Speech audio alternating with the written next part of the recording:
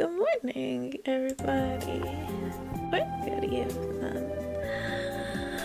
Are y'all ready for the? I'm so ready. I'm so ready for book club today. I have consumed all 600 pages of this horrid book. 600 pages, and she still didn't land the plane. 600 pages and the story is still not over. That is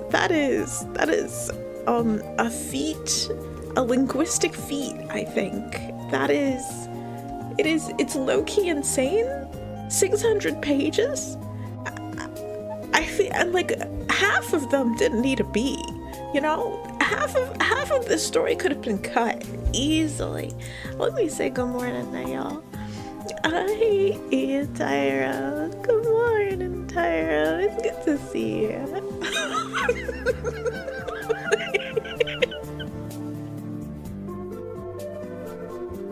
You know, I can't even defend this book. Because I agree, it was a worse experience than 50 Shades. With 50 Shades, I was at least laughing. You know, with After, the amount of times I had to put the book down because I couldn't do it anymore. Oh man, it's bad. Hey, Onion. Good morning, Onion. It's good to see you. Hey, Emasticina. Happy afternoon. It's good to see you. Oh no, I don't wanna. The pain of this book. Fuck Harden. Harden is insufferable. Let me move y'all over, actually. And then, oop. Yeah, let me just move some stuff. Okay, now y'all are right in front of me. Okay, this is good. This is new. This is different. Okay, perfect.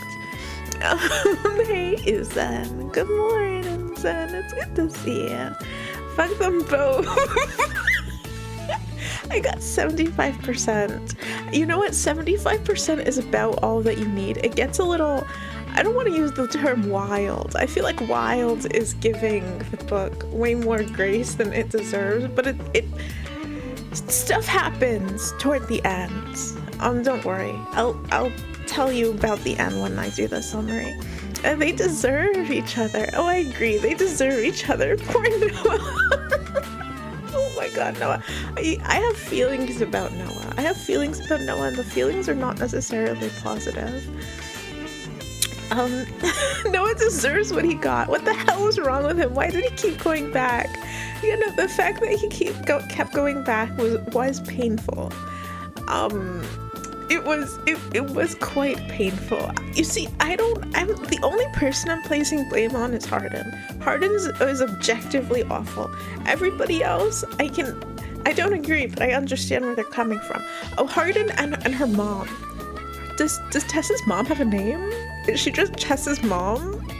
Fuck, man. I don't even know. The only one who didn't deserve anything was Zed. Zed was awful. What are you talking? Zed was equally as awful because of the bet. Remember at the end of the game? At the end of the book, we found out that it was all just a game to Zed. Like it was just like a hee hee ha ha. You know, who can take her virginity game. This book has a game. The horror, no. As per usual, my word wires got crossed.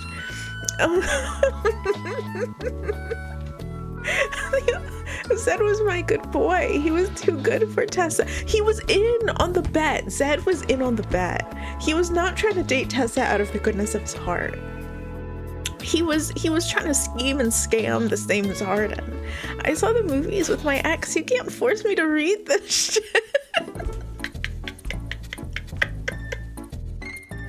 Oh my god. Okay, the book it's bad. It's pretty bad. I fucking hate this book. I fucking hate this book so much you can't understand. This book didn't even need to kick my dog. I just hate it from my core. My soul was cat gagging with every word. Good thing is I didn't need to read it because I know the book from memory. It stuck with me.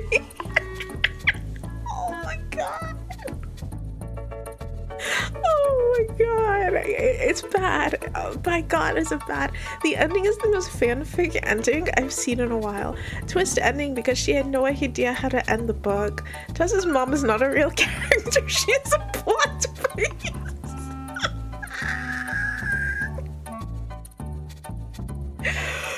Oh my god, half of these people in the book aren't characters. They're merely plot devices. None of these people have agency. So I don't even think that Tessa has agency sometimes. I think that she's just along for the ride. Like, I don't know. The only person in the entire book that I say 100% has agency is Hardin, and he uses the agency to commit crime. It's terrible. It's fucking awful.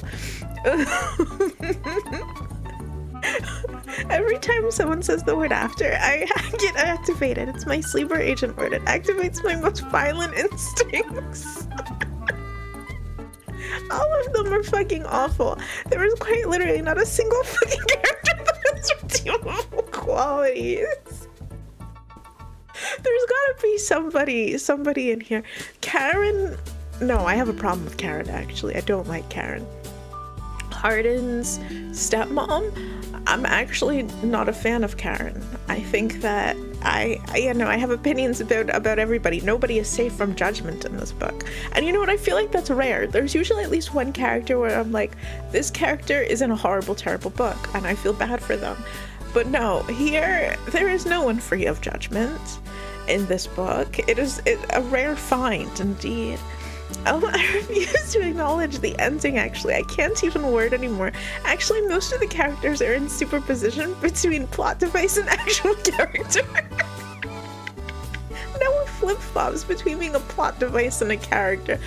I dare say I disagree. Poor Noah, like, was used just as a source of conflict because the author needed conflict, and I could tell y'all, first of all, let me apologize to y'all, because when I said that let's read this book, I thought it was 300 pages. I thought it was like in the 300 to 400 page range.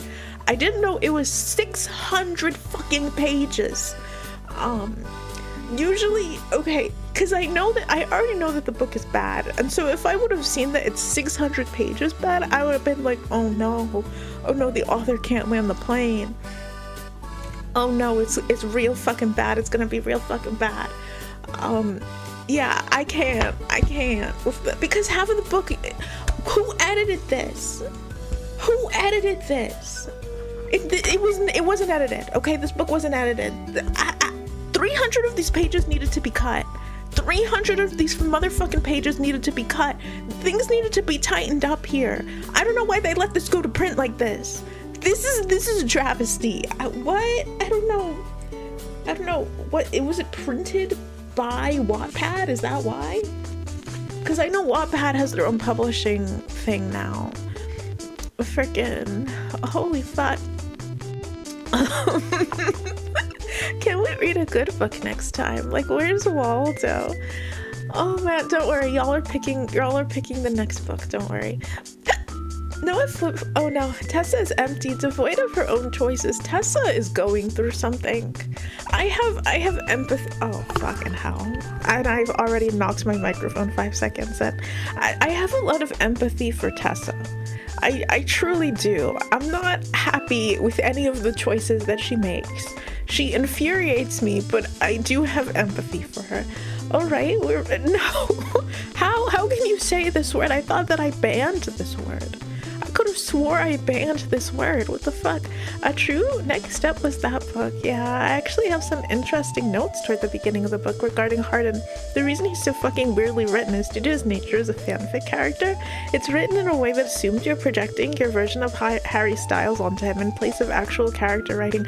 I thought the exact fucking thing. Like halfway through, I have like a sticky note. I have a sticky note that says that like this book doesn't make sense unless the romantic protagonist is Harry Styles, because then it's like, you know, it's like the author's personal OC going through the Harry Styles gauntlet.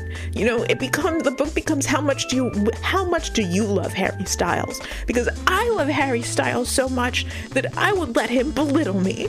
You know, it becomes like a gauntlet to overcome, to prove their affection for Harry Styles. Which is why Hardin is like this, in my personal opinion.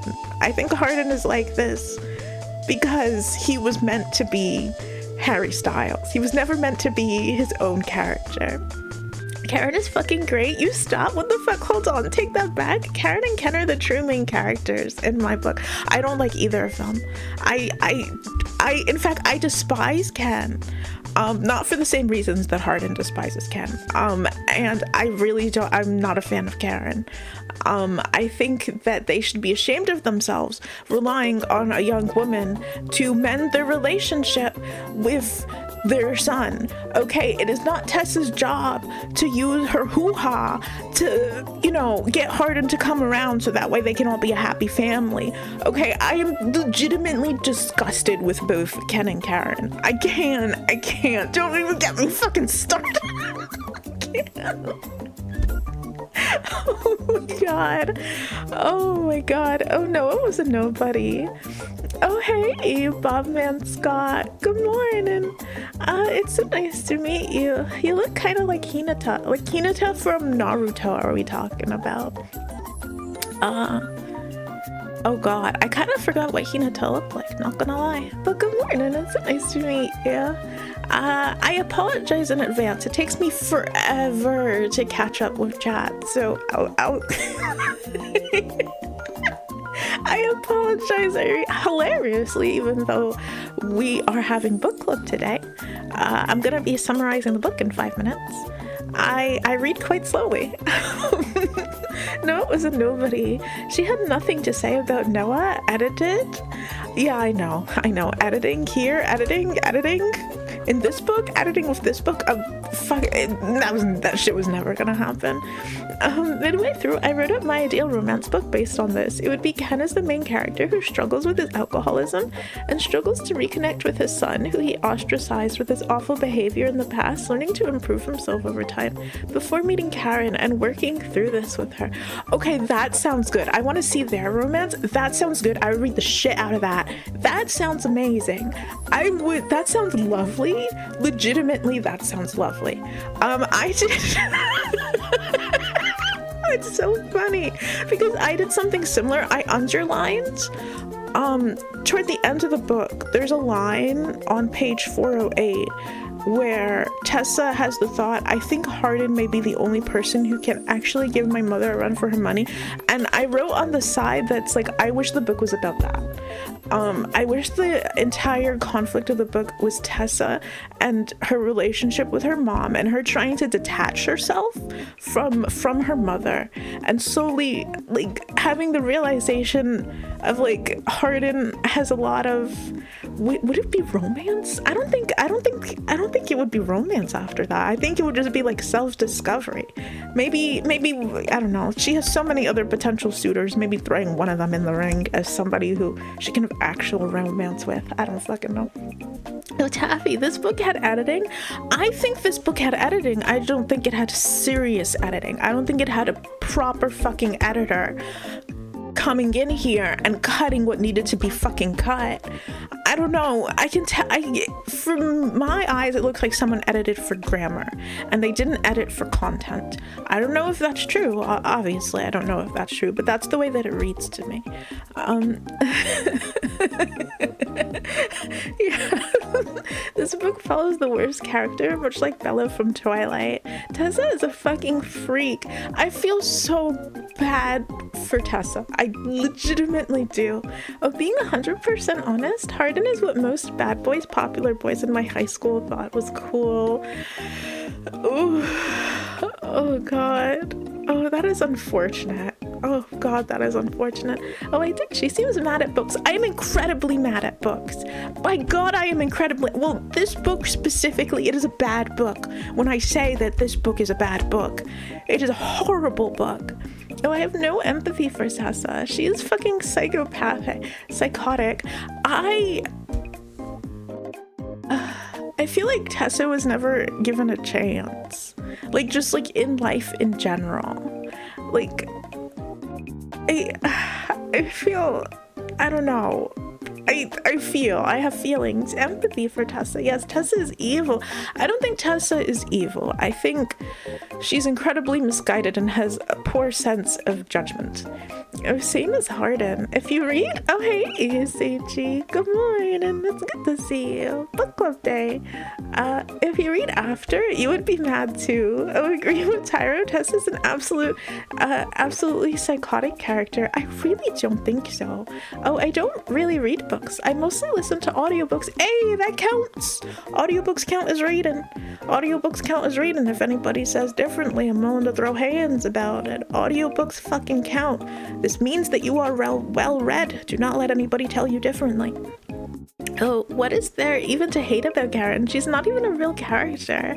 Same, I don't got the concentration for regular books. Hardin is just a dickhead. Karen is justified. What the fuck? Honestly, they should just throw him into a dumpster instead of trying to reach out. They should just let him be. Like, if Hardin doesn't want to have a relationship with his parents, they need to be like, okay, that's fine. You know, he has his reasons.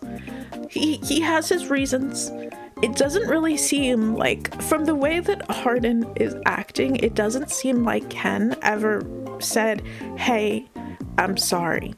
Like, it just, from the way that everybody is acting, that's the way it seems. I don't know if that's true. You know what doesn't count as reading? This fucking book. Why does it exist? Its existence makes me ill.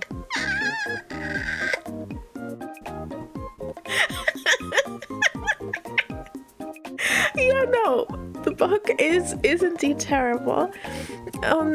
Being honest, Anna Todd worries me to levels you cannot comprehend. How the fuck you love Harry Styles and this is the relationship you imagine? What relationships have you had to write this? I am concerned for Anna Todd. I am legitimately concerned for Anna Todd. I feel like someone needs to check, and I'm not being mean when I say that. I'm not trying to be mean or facetious or an asshole. I think that Anna Todd, someone needs to check on Anna Todd. A woman love a bad boy. No. That's it. That's the end of the sentence. Just no. 4 to 5 business days to catch up. Whatever. Okay. Whatever. I feel like Hardin is a poser and I could beat his ass with my knee in the state it is right now. Snake, hey. Oh, Taffy, did you ban the book name I think of? Mods Bypass It. I did ban the name of that book. I was shocked. I did not know that mods could bypass it like that. Well, honestly, I got lost in the sauce with Tessa and her relationship with her parents. There's a part where Hardin starts saying she has daddy issues and it took me out of left field. I didn't even remember when she mentioned her dad once until that moment. Yeah, I forgot too. I think that's information that I inputted because I had seen the movie before reading the book. And I don't think no, you know what it was? I think that she told him in like a montage. Because this book drives me fucking insane. There's a lot of like, Streamer tries to hold the mods down. It's riot time. Riot all you like. I care not. Your rioting will not stop me. Oh, it has an editor. It does. I fucking notated the special thanks section and told them all to go fuck themselves. Fuck you, Gallery Books. I hope your company goes under. Adams, fuck you too for not deleting this trash when you had the chance. My notes from special thanks section. They may love a bad boy. He is not bad. This is a new level. This is psychological torture boy. I agree. I agree. Oh, well, you know when emotions speak, bad choices are made.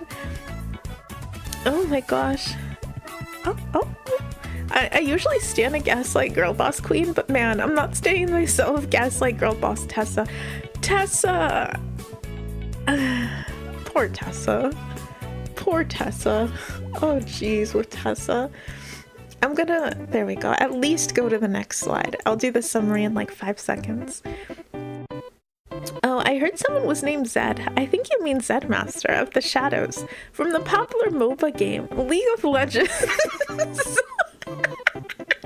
Every day I think that I should have left the word League of Legends banned. Harden probably deserved it as a kid too, in this universe at least. I'm sure he was a shitty kid too. Excuse me, I don't know, I can't remember the shit that I know from the movie. Oh, hold on, page 500, an adult is randomly scared of Harden. You couldn't stand a chance. He used his fucking gun. Harden would drive a fucking Tesla. Unfortunately, yeah, he probably would. Oh wait, hold on. I'm fine with mods being held down. Down with the mods. Listen, I'm not saying Tessa didn't get gaslighted into stuff, but like if you start to gaslight yourself, I think I start to lose sympathy. That's part of the psychological torture that Harden like put her through. Like that's part of it, that she begins to gaslight herself. Like she already is primed to gaslight herself because of her relationship with her mother. It's very controlling. Like she's already been taught to disregard her own feelings by her mama, and then she goes and meets Harden, who gives her consistent the whiplash the likes of with I haven't seen in fiction. Okay, I haven't seen this shit in fiction probably since I was a youngin' reading fan fiction, legitimately. Hey, that ending. Good evening, it's good to see you. I totally showed up to class, did my homework. That's a-okay. I'm about to summarize the book any moment now. Yeah, no, and she, you know, she goes to Harden, and Harden is like, how dare you ask me questions about my life? You're always nagging me, you're always pushing me. And then she's like, what? Like, she's confused, and then the next moment, like, when she's confused, he's all like, oh, but I love you, Tessa, but I love you. Like, who wouldn't be confused? It makes so much. Yeah, you know, I thought I'd keep it light. I thought I'd keep it fun, you know? Talking about all this fucked up shit. Like, the massive whiplash that Harden gives her, I don't place blame on Tessa, like, at all. I think she has a responsibility to not be with Harden, but I don't place guilt on her for, like, anything. Half of the problems were created by her randomly. Totally. Oh no. Oh yes, Tessa creates her own troubles. No ma'am, my doggo ain't mine. The worst. This book is one out of a series. Yeah, I don't know how many more of these you can squeeze out, you know? This was already like doing too much. This book was already doing too much, and when I realized that, like, at the very end it ends on a cliffhanger, and I was sitting there like, are you shitting me? This already should have been cut in half. What the fuck do you mean we're ending on a cliffhanger? The worst? Oh no. Remember that time Tessa flipped out when Harden left the room to take a phone call? Yeah, I know. She gets incredibly jealous. I think I knew. Oh my god. Oh, thank you so much for the follow. But I appreciate it. The moment that, like, Harden, you know, they had an intimate moment, you know, on the bank of that random ass river, I had a feeling where was gonna happen. You know, after that moment when she started becoming a little wacky, I was like, this is why she's wacky. Like, for me, in my mind, I'm like, this is why she's wacky, because this is the only intimate moment she's ever had with another human being. Apparently that's the first time that she experienced, you know, pleasure of that kind, which is insane to me. I like, what? Okay. And so, you know, she was just like, yeah, she's gonna be jealous. Like, yeah, she's gonna be weird and jealous. Like, this is her first time experiencing that. She's gonna be a little weird about it. Me, when I make myself have Stockholm Syndrome, all I'm saying is that both Tessa and Hardin assaulted each other when one was drunk on 2 occasions. They're both actual criminals. Yes. Yeah, no, I noticed that one. I did indeed notice that one.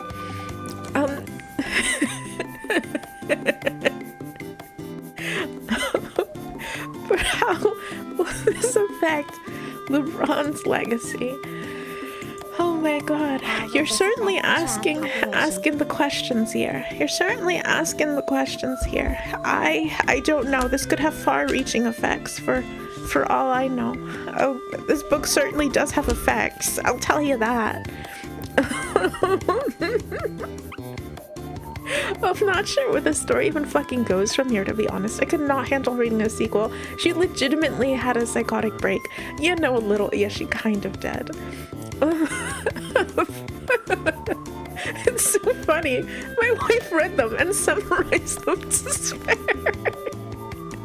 Like, I would try to get her in a doctor's care. I think that he made her crazy. Like, and I will stand on that hill and I will fucking die on that hill. I think that Hardin made Tessa crazy. And I will not move from that opinion a fucking inch. Okay, y'all, for those who didn't read, let me go ahead and summarize the book really quickly. Okay, so Tessa is a fresh, brand new college student, and she's going to college for her first semester, and she's going away and she's staying in a dorm. Tessa's mama is incredibly controlling. You know, she wants Tessa to wear only, you know, modest clothing. Hardly any makeup, or no makeup at all, preferably. She wants her to, you know, 4.0 average all of the time, you know, no mistakes. Tessa also has a boyfriend named named Noah, who she's apparently known since childhood. They've known each other since they were kids, and they're going out together, and her mom wants her to like marry Noah after college. Like, her mom has plans for her, right? So Tessa moves in, and she immediately sees people with tattoos and piercings for the first time, I guess. Like, this is her first time interacting with anybody who like looks differently than what her mother would want for her to interact with or whatever. And oh wait, so all these side characters. Oh god, she also studies English and loves Worthing Heights and gags. Yeah, no, and also she's an English major. She loves literature. She adores literature so much she wants to work in publishing. She meets with Steph, her roommate, who has tattoos, piercings, dyed hair, and then she meets Hardin, who also has tattoos, piercings, whatever, and he's a bad boy. He's the baddest boy to ever be bad. He's really bad. He's insane, criminal levels of bad. And they begin to like fight with each other because they don't get along because they're so different. But then it turns out that Hardin loves literature, and he secretly has a job with a publishing company, and he loves reading Worthing Heights. Worthing Heights is not a romance novel, by the way. Anybody who says that Worthing Heights is a romance novel has not fucking read Worthing Heights. That is also a hill that I'm willing to fucking die on. But whatever. Okay, I can't stand all these Worthing Heights, so romantic. Did you fucking read it? What the fuck do you mean it is romantic? It is a story that borders on horror, but whatever. Okay, focusing back on and giving this summary. Okay. I can't. Okay, so yeah, Tessa and Hardin begin to fight because they're so different until they realize that they have so much in common. And then Hardin, I'm gonna tell y'all the spoilers, okay? I know that this is the summary, the spoilers are implied. Tessa doesn't know that Hardin and all of his tattooed, pierced friends made a bet amongst each other to see who would take Tessa's virginity. Like who among them could take Tessa's virginity. And Hardin says that yeah, sure, he can do it. And him and another one of his friends named Zed both are like, yeah, we'll be in a race. You know, they're in a race to see who can take her virginity. She doesn't know this. She does not know this.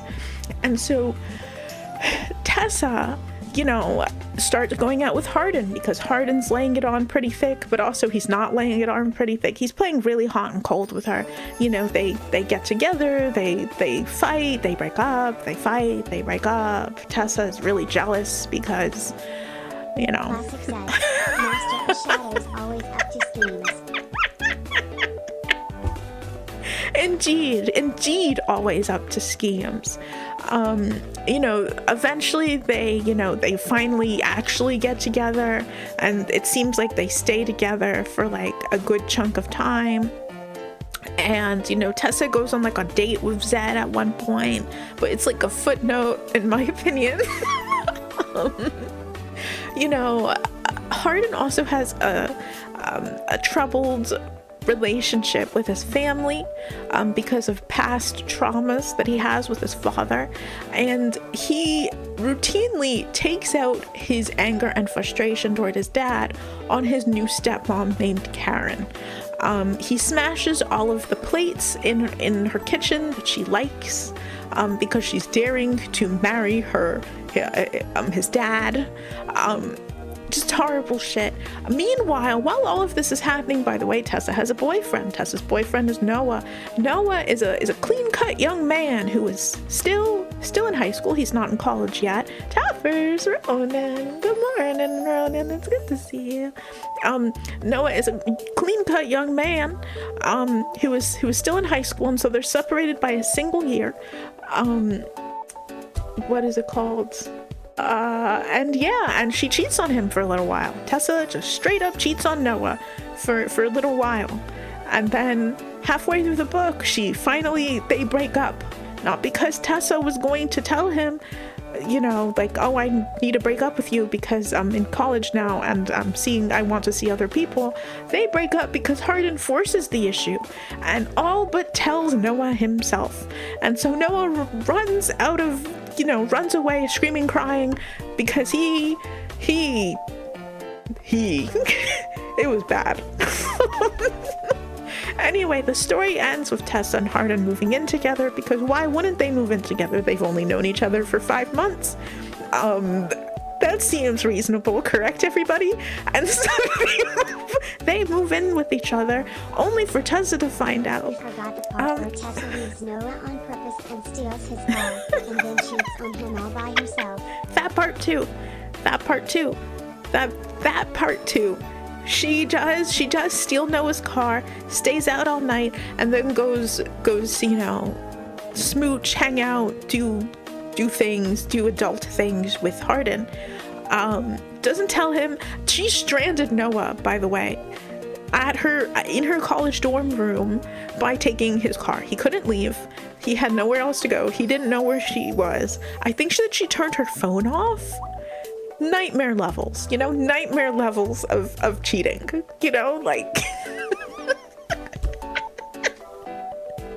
horrific, straight up fucking terrible. So yeah, no, she cheats on Noah horribly, and then they break up in the most horrific fashion, in the most traumatic fashion for Noah possible. Mind you, once again, this is somebody that she has known since she was a child. They are longtime childhood friends. Gone because of Hardin. And Tessa's actions. We'll get to that. What else? Yeah, and then, you know, they move in together. they're having the sex everywhere. And then she finds out that it was all a game for Hardin. Just a game to take away her virginity. And then the book ends. And then it fucking ends. Okay, I'm scrolling back up so that way I could read what y'all were saying.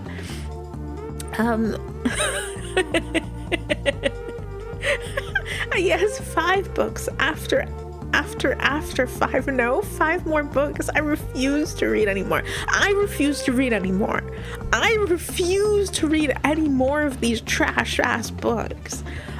Let's go, boys. 4 more books to go. Also, all these side characters, and like 90%, others are based on One Direction band members probably, but could not tell you who they were supposed to be. Yeah, no, I got the sense that like his friends were supposed to be band members as well. But it stood out a lot when she mentioned their eye colors. Oh, she is the perfect student who gets to work at Vance. Right, Tessa also gets a really fancy internship with Vance Publishing, and she gets like an office with windows. Like they give her like a full office with windows, and she spends all of her day like reading manuscripts, and she loves all of the manuscripts that she's reading. Hasn't come across one she doesn't like yet. Oh my god. Oh wait, I noted all mentions of tattoos and piercings. It's such a fucking fetish.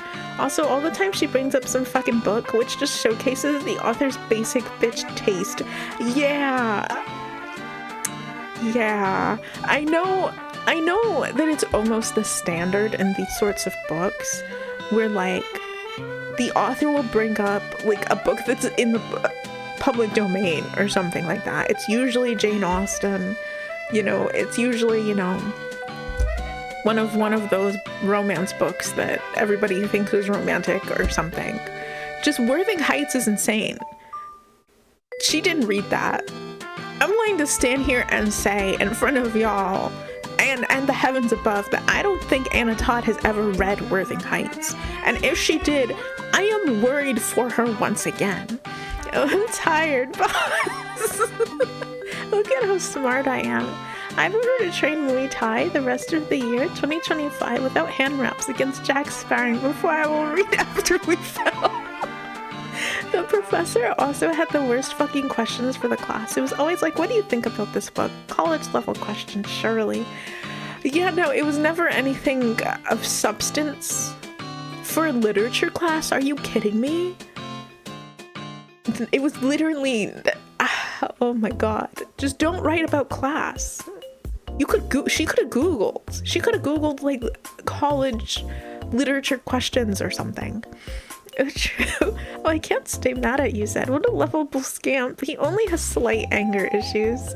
Noah is set up to be boring. Yeah, Noah is supposed to be boring on purpose compared to like Hardin, who's exciting. And oh, look at him, he looks so different, Poor Ken and Karen, lovely couple who is burdened by angsty teenager. I don't feel bad for Ken and Karen at all. Ken made this monster, okay? Ken made a monster, did not take any, this is him reaping what he fucking sowed. I feel nothing for Ken and Karen. Also, Hardin's tattoos. Can we fucking talk about them? They're literally the most basic poster tattoos you can get. I have a scale, I have a snake, I have a rose. Go fuck yourself, man. For a little while, so long. That is pretty much it. I just woke up. Hey, nice.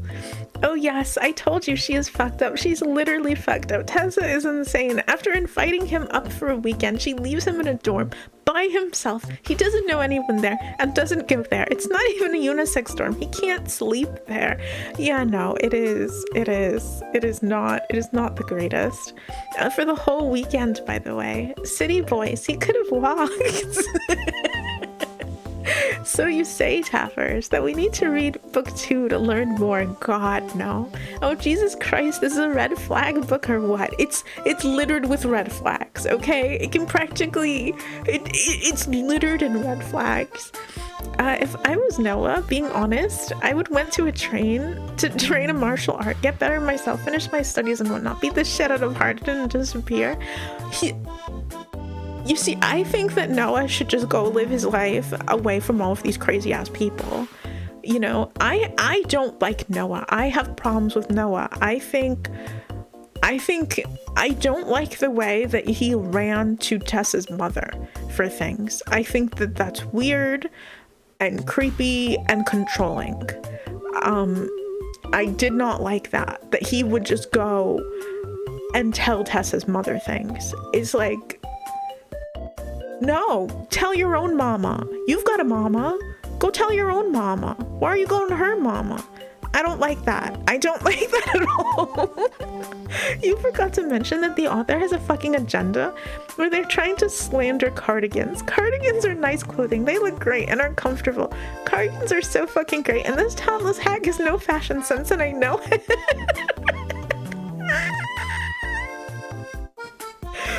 Well, you know, for the, you know, I don't freaking anybody who's dressing sensibly, and that's not I'm not, when I say sensibly, I mean for the weather.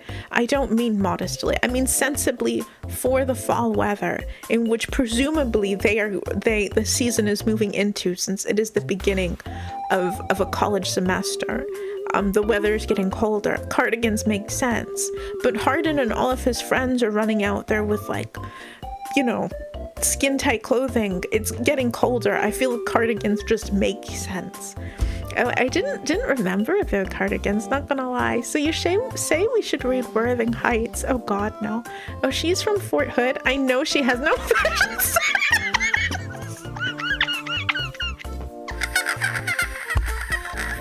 That is scathing. I don't get cheating. If you're going to cheat, don't have a relationship in the first place. This is why people break things off before they go to college. This is exactly why. Because you don't want to end up in a situation where you find yourself on the brink of cheating, thinking about cheating, already in a situation where you know damn well that you are cheating. This is exactly why people break up before they go to college. You don't know what's going to happen when you get to college. It's a brand new living environment. Oh my god, I wasn't surprised about, I think the only thing that I was surprised is that this is supposed to be a romance novel and it starts with cheating. It's like we're already starting from an unromantic, unsexy place. You know, I'm already peeved, to say the least. Like, this is supposed to be a book of romance. You know, I'm supposed to be getting butterflies when I'm reading about these two people interacting, and we're gonna start off the bat with cheating. He's bonkers to me.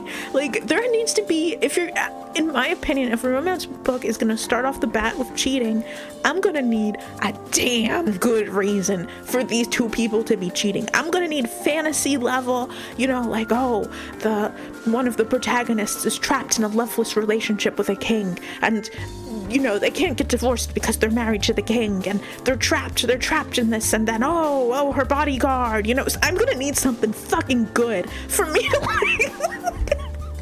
for me to forgive whatever the fuck with the cheating, you know. But no, this is like run-of-the-mill story I've heard 1,000 times in real life. Person goes off, you know how many times I've seen this story play out in real life. How many times, you know, knowing somebody, a person removed, like, oh yeah, they cheated on their boyfriend from college, from like high school or whatever, because that's what fucking, like, unfortunately it feels like that's just what happens, and just for both genders.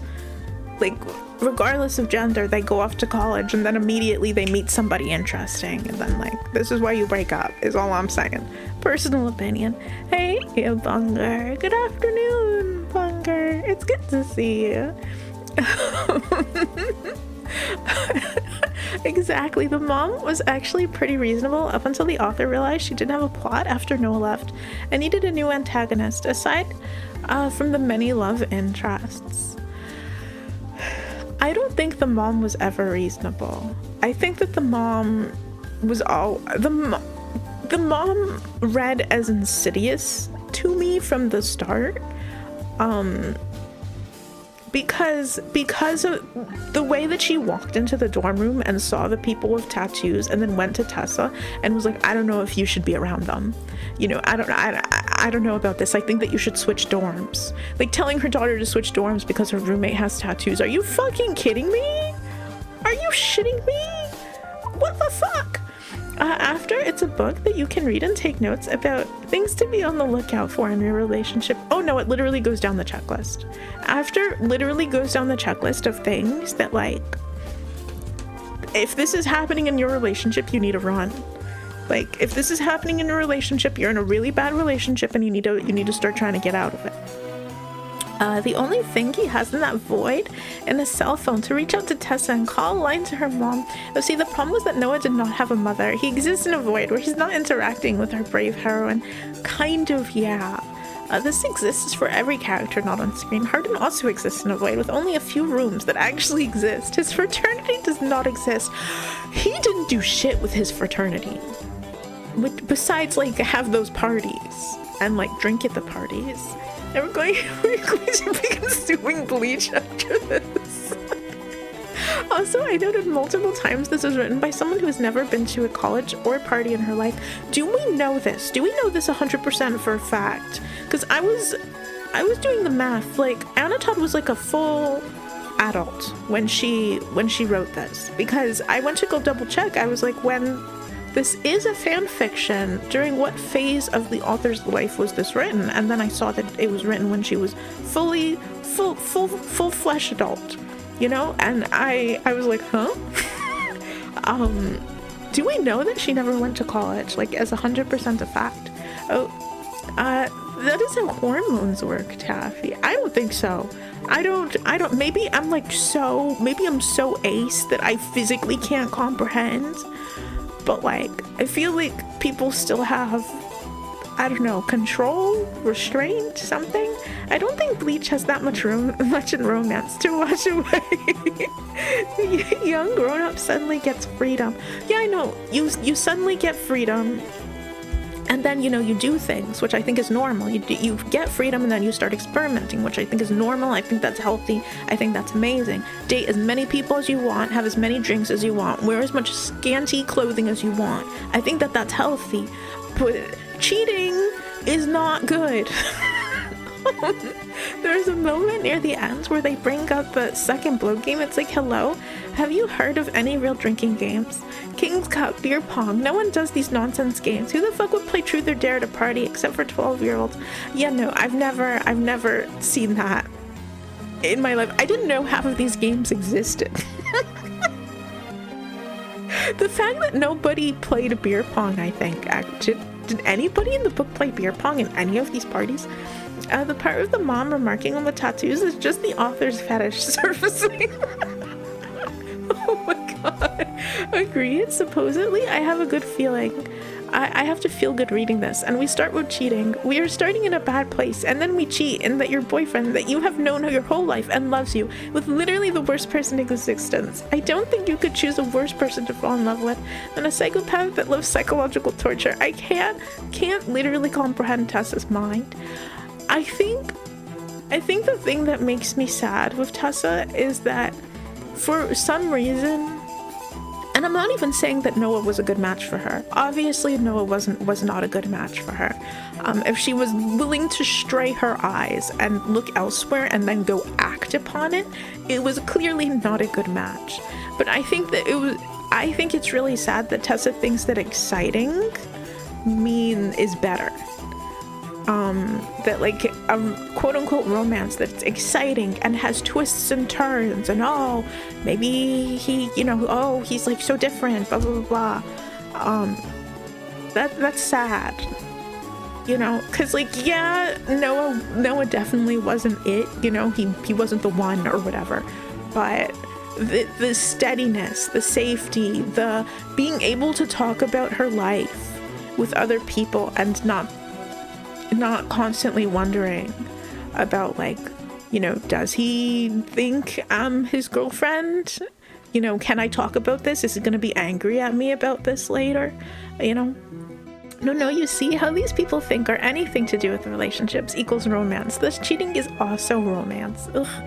Oh, I think you need to be a sociopath to be okay with cheating. I did some research. She wrote this at 24. She did a brief stint in college. I doubt she went to any parties, though. I see.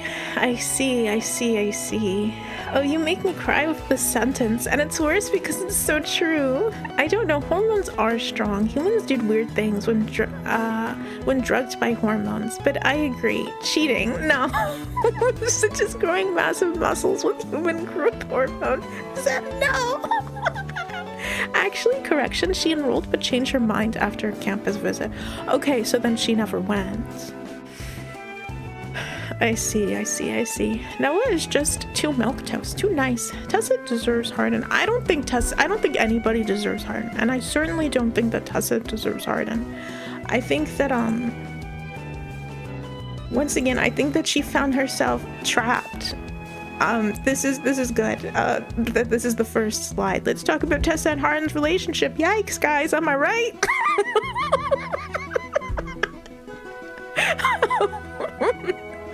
Yeah, no, it's I truly think that Tessa just fell into the trap of a toxic relationship. I truly believe that with my whole heart, and I don't blame her. I think that she has a responsibility to not cheat on Noah. She shouldn't have done that. I think that she has a responsibility to see Hardin for who he is, because God knows that he showed her a shit ton of times, and she just isn't seeing it for various reasons. If there's nothing that literally makes your heart pound, it's not a good relationship, no matter that it's actually not love that makes your heart beat harder. Hear me out, Noah is not a good match. Don't get me wrong, but instead of being reasonable, I know a person that I work with better. I talk with my partner, I explain what is happening, and we keep going. The logical way, she decides to choose an awful person and take the worst possible decisions for a relationship. Yeah, no.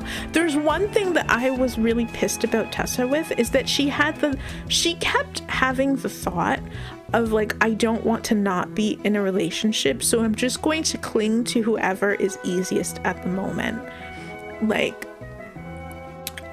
what is it called? Like, she had the thought of like, oh, I don't want to leave Noah unless I know that Hardin will go out with me. And I was sitting there like, ew, just be single. Like, what? Like, what? Like, ma'am? What do you mean? Just be single. Clearly you're not happy with Noah. Like, just break up with him and all of this could have been avoided. Tessa has to take a good amount of the responsibility. Denying that denies her any agency. I think she takes 50% of the responsibility and Hardin takes the other half. I think that she has responsibility for all of her actions. I do agree. I just don't blame her. But I think that she has, you know, she does bear some of the fault at the same time. She blames fault for she shouldn't have cheated on Noah. Full blank period. That's it. That's the end of the sentence. That should never have happened. This relationship. Oh, she made a good amount of choices that led to this outcome. Nobody deserves Hardin. The only one that deserves Hardin is another Hardin. I agree. There are a good portion of the book where she just randomly decides she's now mad at everyone for essentially no reason, especially after Noah leaves, or she just decides that she's going to lash out by trying to start a relationship with some other random person. And then there's the part where she assaults a drunk Hardin, but we don't have to discuss that. Yeah, no, they both don't know what consent is. That doesn't surprise me, given the rest of the book, that neither of these people know what consent is. That was difficult. That was a rough one. Well, at least a relationship with Hardin is very stormy. Oh yes, you don't want imaginary people in your head pointing fingers at you going, ew, signal! Like, literally, who the fuck cares? If she's single, like, she could have... Oh my god, oh my god, oh my god, oh my fucking god. This section is when I turn on Tessa hard. He reaches into his pocket and pulls them out, but says insistently, I'm coming with you, but I snatch the keys from his hand and shake my head. No, I need to go alone. Yeah. Yeah, it just wasn't, she didn't need to do that. She just didn't need to do that. She could have broken up with them there and it would have been better. If she turned to no one and just broke up with him there. It would have been brutal to make him drive 2 hours to her school, break up with him, and then have him drive back in the dead of night. That would have been horrific, but it would have been better than what she did. I know it was boring. Hardin was exciting. Noah talking to Tessa about going after Hardin. Zombie 2, some dread poggers. Agreed. Literally just be single. Being honest, to love someone properly, you need to love yourself. Tessa hates herself to insane levels. There's no possible way the relationship may work like that. Better to be single and work on yourself. I have a hot take about that. I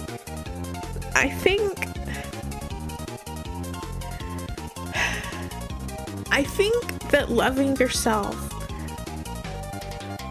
ensures a healthy relationship. It ensures that it's going to be healthy. I think that if you don't love yourself, and it's so contingent, if you're able to get into a healthy relationship, it will help you. It's not the cure. It's a little boost that can help you along the way. It's not all, you still need to do work on yourself, but it'll give you the little boost. So like, I kind of agree. I agree like 70% with that statement. Talking about this monstrosity of a book with this song in the background. Gotta keep things light with this book. The thing with Tessa is that I can't see her as innocent. Is she as bad as Hardin? No, but she is bad herself. The cheating.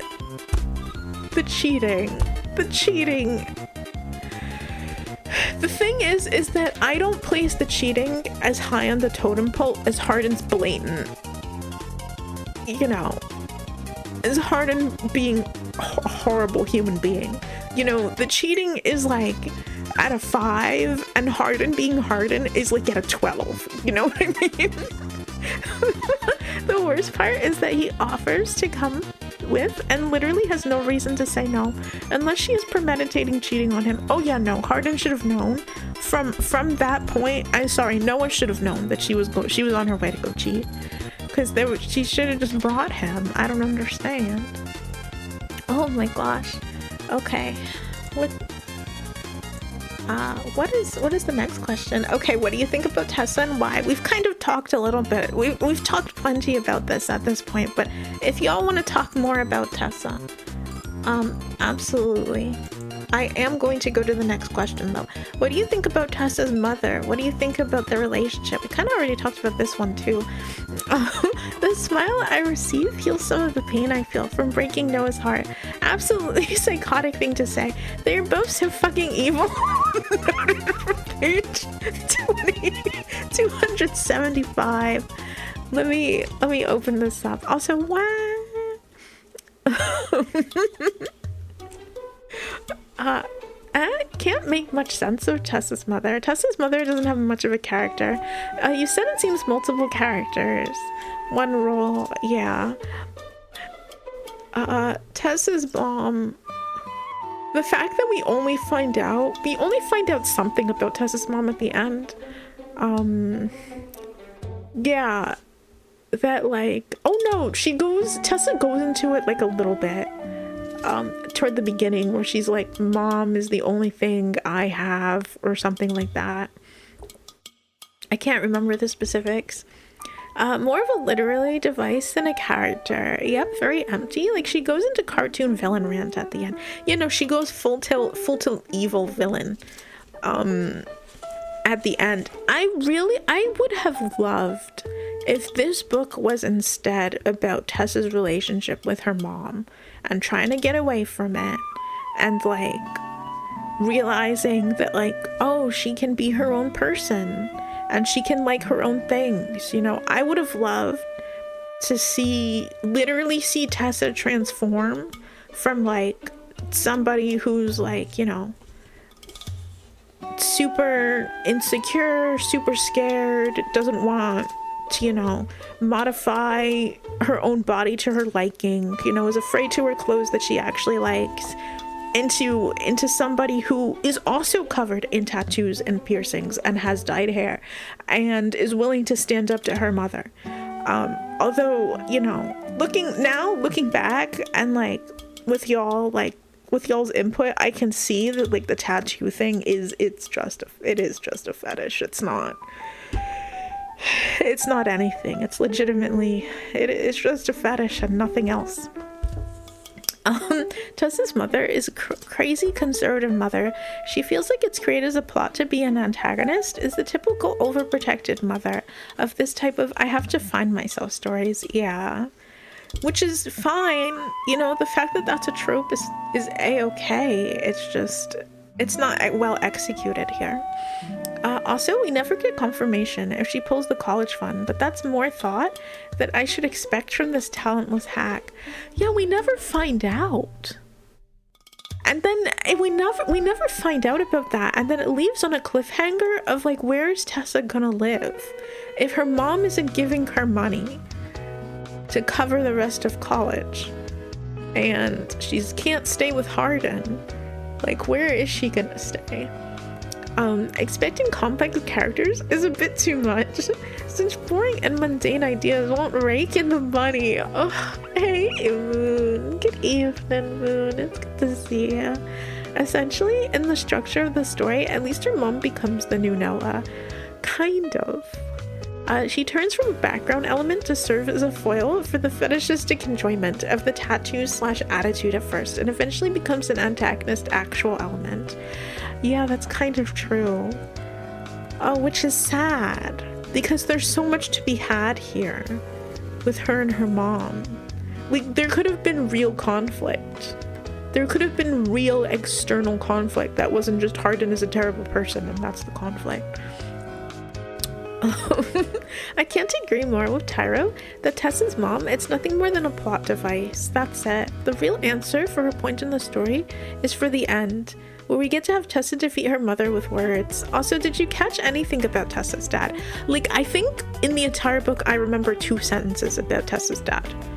I know that because like during one of like their info dump montages to each other, I think she tells Hardin about her dad, but it's like, I think it's a like blink and you miss it moment.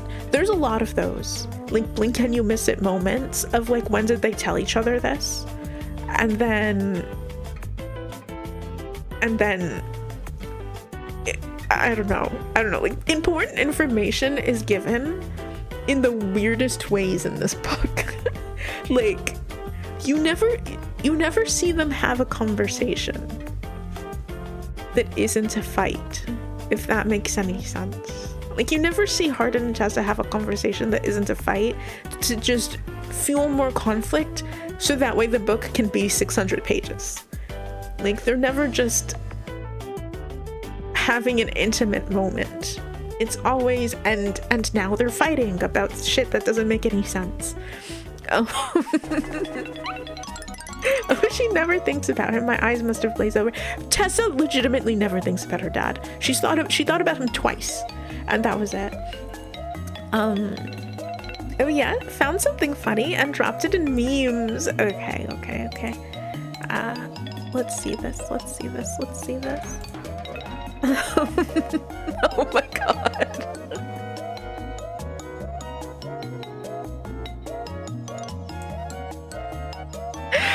Oh my god. You know what? Fuck League of Legends. Oh yes, exactly. Oh yes, this book should have been much shorter. The entire book is about word filling. Half my notes are about... I'll say it and I'll say it again. Fuck League of Legends. The entire book is about word filling. Half my notes are about all the elements being added or just to pad out the word count, which doesn't make any sense because it was for Wattpad. It was originally written for Wattpad, unless I don't know if maybe they had this back in the day, if Wattpad was already allowing people to like charge past a certain chapter or per chapter or something. Denny's later? Okay. We'll meet outside the Denny's. I'm ready. I'm fucking ready. I'm ready to fight about this. I will indeed meet you there. It does remind me on how Wattpad they do that. They do a chapter a week or so. That's why she didn't know what to do. And so because, you know, the week was coming up and you need to fill out the words for the week or something. I read a lot of fanfics and I can tell when an author is just filling space. So there are weak chapters of nothing in between. This is classic fanfic writing. Bingo. That makes sense, y'all. That makes so much sense. I don't know. I thought it was just bad. If you're gonna publish it, then edit it all out, though. I don't fucking get it. If you're gonna put it in print, just rewrite it, do it better. I'm baffled. I remain baffled. I can't. League of Legends is better than this book. It's like Dragon Ball Z filler episode.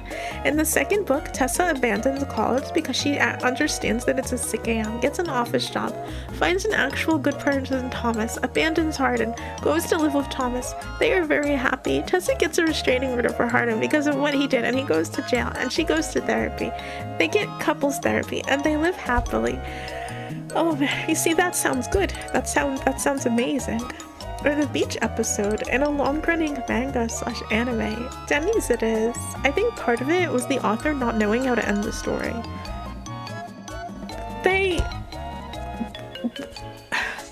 When was it? There was a point around here that I was like, oh no, the author might not know like what to do. Just in general. Was it after the first 100 pages? It might have been after the first 100 or 200 pages. I had this feeling where like I was like, oh no, the author's lost in the sauce. Like I don't think it was one specific thing, but it was just a general vibe past a certain page count that I was like, oh my god, the author's lost in the fucking sauce. Like they're meandering, rambling, rolling, like not knowing what to do. Like it felt like they didn't know what to do. It lacks structure. Like it lacks structure, and I wouldn't like if a romance novel lacks their traditional romance structure. I'm not gonna get peeved about it. That's fine. But the fact that it lacks any structure at all, and it's just out here unedited. Oh, that's all. I can't get over that. I'm sorry. Oh my god, I legitimately think the twist ending was not planned until like 2/3 of the way in. Yeah, no, she was flying by the seat of her pants. The entire book. There were things that happened that wouldn't make sense unless an author was flying by the seat of their pants. Which is fine with a fanfic. There's nothing wrong with fanfic. Is literally for fun. Like if a fanfic author is flying by the seat of their pants, that's fine. They're writing for fun. They sit down every week thinking of what to write, and then it just gets posted, right? It's candy. Fanfiction is just candy in literature form. It's cool. Published unstructured, I can't. I mean, if you're just filling space, you might as well make it interesting. Like make her get kidnapped by aliens, if only to make her wake up and it's a dream. I know, right? If you're gonna be making shit up off the top of your head, get wild, get wacky with it. Who gives a fuck? I think Wattpad did go for the cheap editor, aka spelling and grammar, and off it goes. Yeah, almost like the editor should have done their job. Fuck you, animals.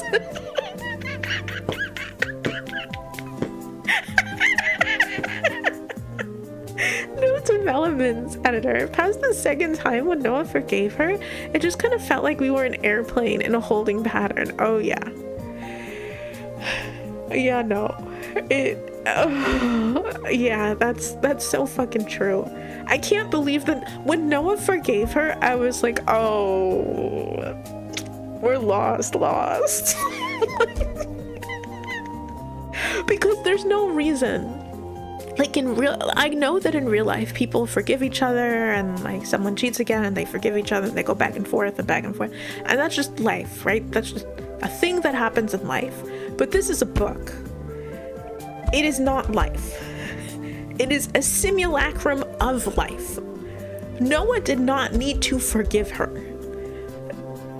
It's dumb. From like purely a literary perspective, not like a human empathy perspective, purely from like a structural literary perspective, it was fucking dumb. Because after he forgave her, nothing came of it. Like, it didn't do anything for the plot. She still was, she had a few thoughts of like, oh my god, I need to think about Noah. Oh my god. And she's still like all up in Hardin's dangly bits 5 seconds later and thinking about, oh my god, Noah, oh my god, I shouldn't. Like, why? Just break them up, for fuck's sake. That is the hard part about writing structure. Classic fanfic. Writing though, just start writing and don't stop. That's totally what happens in the second episode. They make peace with Mom and everything is fine. It's totally not a ship book, showcasing how fucked up Tessa and Hardin are. That extends at least one more book. It's totally not slop. And the other 3 books are different protagonists. Yeah, the second book, Tessa is so happy. Oh god, without structure, the story won't get... I wouldn't make that joke. Why worry about what you're gonna write next? Just keep writing. Oh, but yeah, stories can sag in the middle. A development editor will go through the writing and make notes where flaws are, what is missing, raise questions, and make sure the tension arc keeps well, like the buttress on a building. Okay, this is a hot take.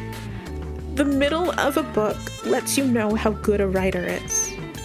Anybody can write a good beginning, and anybody can write a good end. If the middle is slop, that is a bad sign. If the middle is slop, I personally have opinions. The journey itself needs to be good, because that's the point. If the journey is bad, I don't care if the journey is bad and the ending is good. I'm gonna walk away being like, that's a shit book. I don't care if it has a good ending. Like... This is for us. For example, me, I can't do either when it comes to writing light topic. Oh my god, lies and slander, Onion. I bet you could come up with a banger beginning. I bet you fucking could. Absolutely not. I refuse to believe this. You are lying on yourself. You've got a good book start and end in you. Some chapters I noted the chapter number just to have something to know. I ended up essentially not noting huge portions of text that had literally nothing to say. Frick.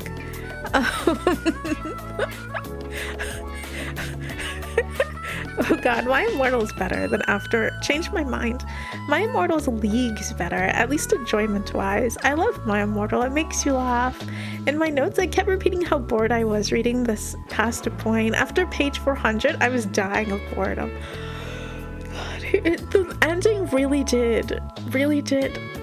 Like, the last half of the book just sucked. And that's what people think IRL too. It's dumb. Like, I can understand. Oh, she is a book girl. All masked men and biker men run. Also, hi. Why masked men and biker men?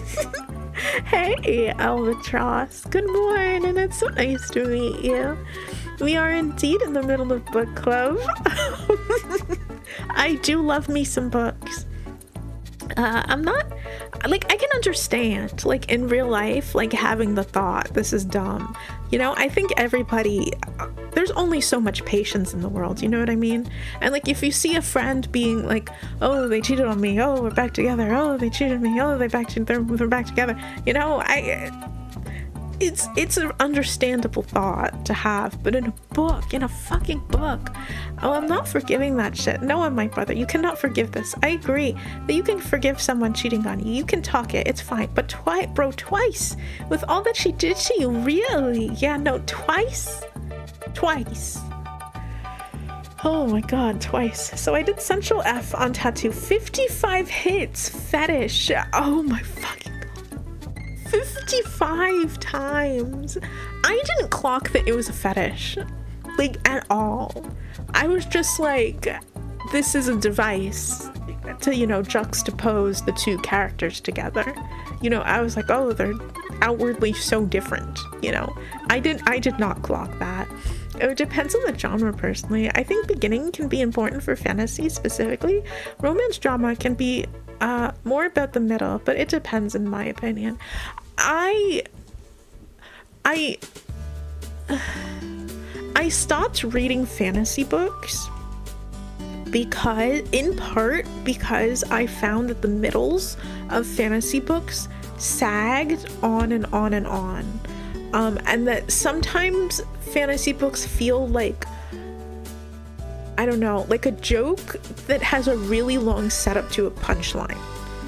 And I don't like that. I want to be happy in the middle of the book. I don't want to read a book thinking, okay, this is a slog, but the end is gonna make it worth it. The end is going to be exciting. I don't want to read for the end. I want to read because I'm enjoying what I am currently reading. Frick. In the beginning, there was a big boom. Banger beginning. Do you know that DJs choose the music to remix based on start, middle, and end? Most times they don't listen to the whole song. A story, it's the same. You need a good hook, a good situation or two to solve in the middle, and a good banger finish. We are discussing an optional book today. Other days we play games. Yes, most days we play games. I just wanted something from the story, like some type of other drama. Yeah, usually, like, yeah, no, why am I second guessing myself? I know the structure of a romance novel. What am I doing? There's an external conflict that is doing something to the romantic partners normally. But here, the only external conflict they ever have is Noah and then Tessa's mom at the end. Other than that, there is nothing from the outside facing them conflict-wise. It's just them fighting. It's like nothing. So it often feels, to me, it felt like there was no conflict because there was no exterior conflict. This book has inflicted 𝘁𝗲𝗿𝗶𝗯𝗹𝗲 on your bookend.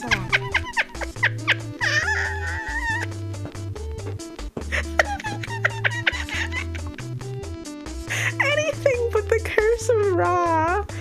Oh god, anything. It legitimately is making me second guess myself. Legitimately, this book is indeed fucking cursed. It's boring as fuck when books repeat the same relationship all the time. I agree. It doesn't shows growth. Harden starts drugs. Tessa's mom gets hit by a car. Ken gets caught embezzling university funds. Fucking give us anything. So any of those would slap. I would take any of those. I would be happy with one of them. Let alone two. I throw a fucking party. And after the second fight, that gets predictable too. Yeah, you need to get you some better fantasy books then. I guess so. I don't know, man. I don't know. I don't know. I skipped right on over to sci-fi a long time ago. I can't. And after the I mostly read smut. Hey! What is the word? Impeccable taste. There we go. A person of impeccable taste. Oh, damn. Albatross just out there. Fair. It is incredibly fair. So you wouldn't read 2,000-page fantasy book, even if the end is good. Shame. If the middle drags on, I'm not. I respect it, yeah. Puts away the Dune trilogy. Nuh-uh, bring back Dune. Dune is a good series. So yeah, but not sure if Tappers is up for it. I'm gonna read it for unrelated reasons, but I don't think that I'm going to enjoy it. I'm gonna read it to read it. I don't think I'm going to read it and enjoy it.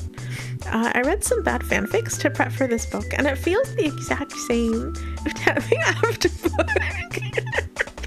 No, I think Taffy hates Dune. Yeah, probably. Sci-fi is just fantasy, wearing different pants.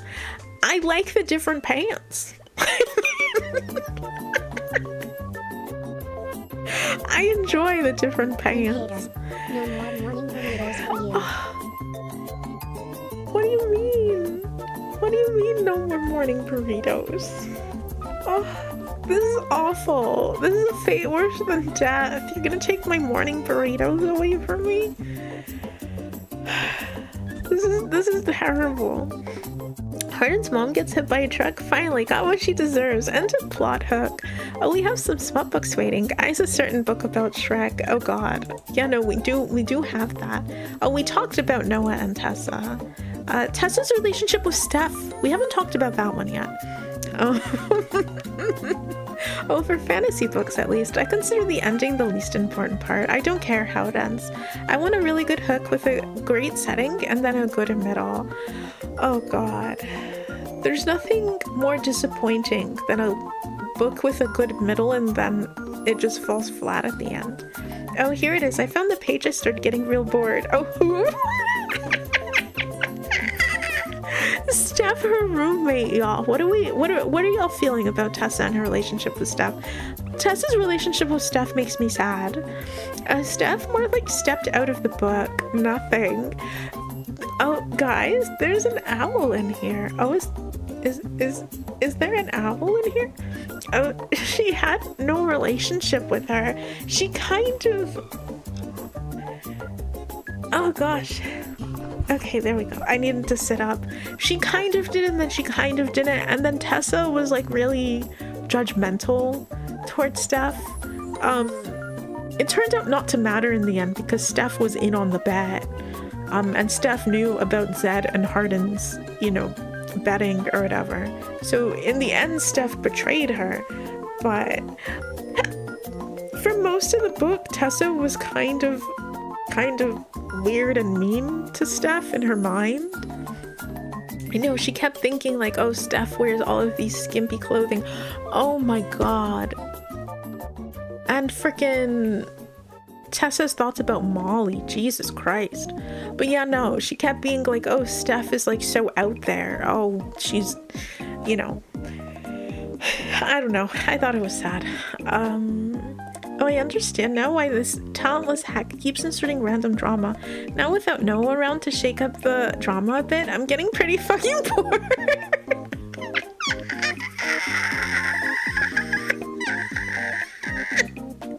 That's so early. Oh my god. That is so early in the book. It was a joke. I wanted someone to say who. Oh.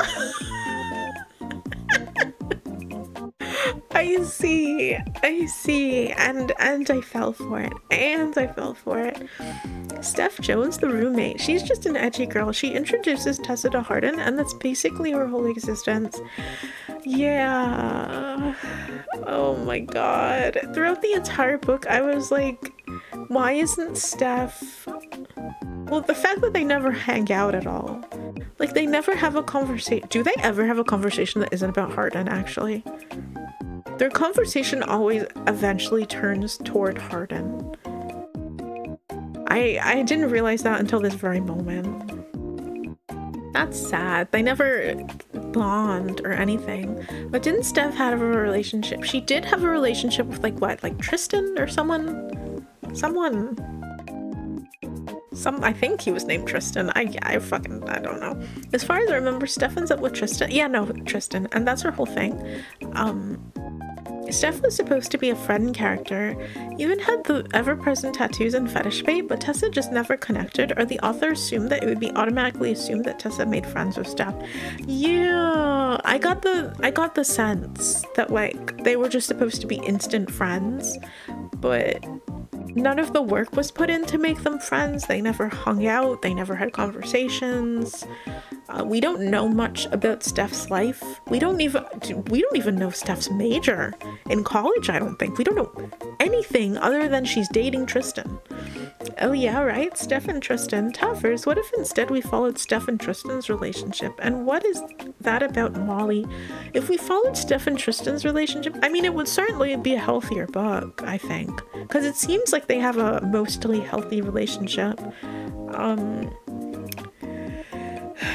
Oh my god, but the two of them seem boring because we don't know anything about them. And Molly. I don't like the way the book handled Molly at all. I don't like Molly, but I don't like the way that she was written. I don't like the way that she was done. In my opinion, the book did her dirty. The fact that Tessa referred to her as a whore, bitch, skank, person who was somehow solely responsible for Hardin cheating, because Hardin cheated on Tessa with Molly at one point, potentially at several points, with the way that Molly was acting. Oh my god, I don't like the way Tessa thought about Molly, and I don't like the way Molly was written. I don't even remember anything about Tristan. Fake character. Steph is basically a non-character, unfortunately failed the Bechdel test. Yeah, fidgeting, yeah. I'm getting to the point where I can't sit still. Steph is literally I connect this character to this other character, and I will listen to you talk about Hardin, this Hardin that. That's basically it. She's literally there's a literally vehicle to ferry Tessa to parties. Yeah, that's true. Oh, come on, guys, be realistic. We got meese, reindeers, wolf, etc., but owl inside the house. Come on now.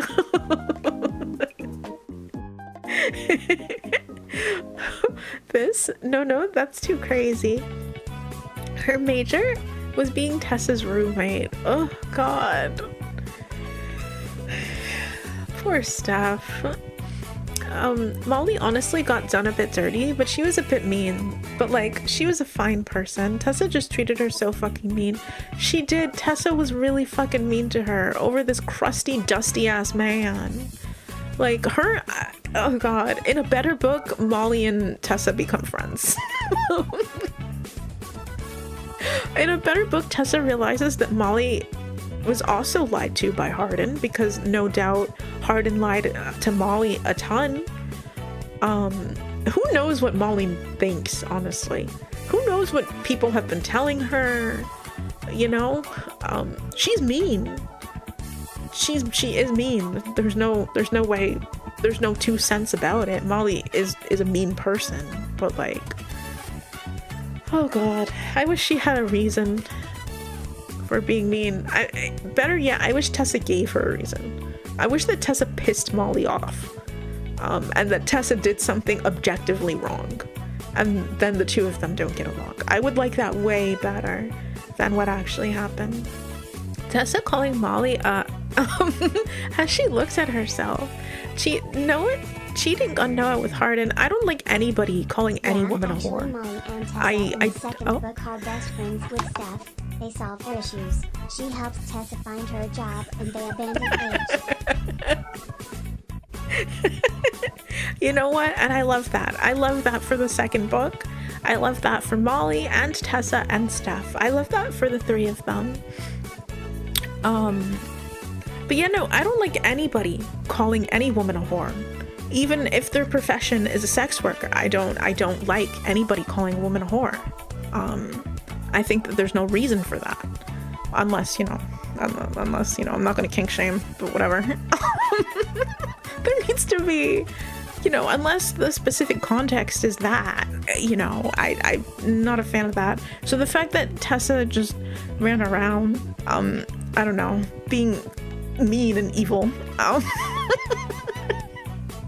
to Molly, especially considering her own actions, was god. Yeah, Tessa was real mean to everyone, or rather other girls. She was super judgmental for them having a pretty normal sex life. Yeah, no, she was incredibly judgmental. And she's not as pure as she thinks she is. which made things like extra yikes for me. Literally Tessa talking shit about Molly. Girl, do a little bit of introspective work. What an idea to write a book with a main character that cheats and is a bitch. Listen, if a book wants to be about a main character who cheats and is a bitch, then like that's fine. But like the book needs to own it. You know what I mean? Like if we want to have a mean protagonist who goes around and cheats on people and is mean on purpose, gotta put your whole ass into it, you know? I can't. None of this half-assed nonsense. Oh yeah, projection. Molly is too good for Tessa. She's a queen bee. She's fine being a bit mean. Oh, they don't even bother naming the other girls. Yeah. But we fixed the book. It's crazy, honestly. This whole book is about the characters learning about their sexuality and expanding their horizons, and they suddenly are slut-shaming these women for no reason. Yeah. Like, literally, if there was character growth, that would have been amazing. If there was character growth, where at the beginning, like, maybe she had those thoughts and was shaming other women, and then in the middle and toward the end, she's like, oh my god, I shouldn't have shamed them. If she would have apologized to Steph for like being weird toward her, because I'm sure that Steph picked up on that, or maybe not, because she's a 2D cardboard cutout of a character, you know. I think if Steph was a real person in 3D, she would have picked up on the fact that like Tessa had judgments against her, and if Tessa would have grown and been like, you know what, I'm sorry, thank you for being my friend or something like that, that would have been nice. Oh, yep, now this is a banger. The good news is that at least Steph seems decently normal for the setting and mostly happy. Yeah, the only thing Steph did wrong throughout the entirety of the book is not tell Tessa the truth about, you know. Other than that, Steph does indeed seem pretty normal. Steph was involved in the whole anime plot at the end. She's complicit, but that's more because she's not a real character rather than malice. Steph is not real. Scott. Someone calls. We both turn around to see Nate and Molly walking toward us. Great, Molly. She's wearing a tank top and a red leather skirt. It's only Tuesday, and she's already almost used up her skank quota for the week. She should save that stuff for the weekend. Really fucking judgmental? Holy shit. Notes from page 315. Yeah. Like, Tessa, what the fuck, Tessa? Like, are you fucking kidding me? Like, oh my god. Honestly, After would be a crazy good book if the second half was Tessa realizing her mistakes, forgiving stuff, fixing stuff, apologizing to Noah, Molly, etc. could be so good. It would literally be so good. It would be amazing. It would be... I would classify it as a Shakespearean comedy. If it started with her fucking everything up and then making everything better in the second half, that would be pretty good, honestly. Imagine if Tessa actually followed up on her interests somehow. Oh my god. Oh my fucking... Imagine Tessa had hobbies. Could you fucking imagine? Next slide. Oh frick. Everyone around Tessa seems to be pushing her into a relationship with Hardin, or at least tolerating it. Do you agree with this statement? Why or why not? If so, why do you think that is the case? I am disgusted with every other character seeing the way that Hardin treats Tessa and just being okay with it. I think maybe Steph said a few things in the middle, telling her to like get away from Hardin, he's no good for you, he's too much for you or something. But then that just sort of fades away after a couple chapters and everybody's like, yeah, you should actually get with Hardin. Actually, we need you to get with Hardin. Actually, you make Hardin bearable as a person, so you should be with him.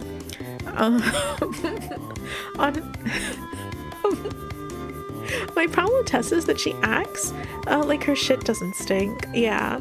She likes music and books and never actually does anything with that. Yeah. She is the perfect little character. Yeah, the fact that I was waiting for in the middle of the book for Tessa to fall behind on her schoolwork. I was waiting for the moment where her life is going to shit with Hardin. He's driving her crazy. She's acting crazy. I was waiting for her grades to suffer, and they just never did. And I was like, okay, this is wish fulfillment. Like, Tessa is very much a wish fulfillment character, that somehow somebody can maintain a 4.0 GPA and also have their social life fall apart at the same time, as if those two things don't affect each other. I think that they deserve each other.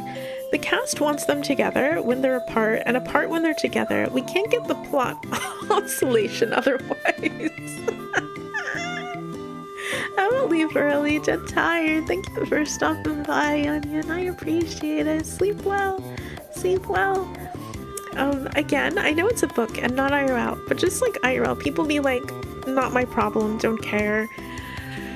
Yeah, that drives me insane in real life. That drives me absolutely fucking insane in real life. Like, I don't know, how can you...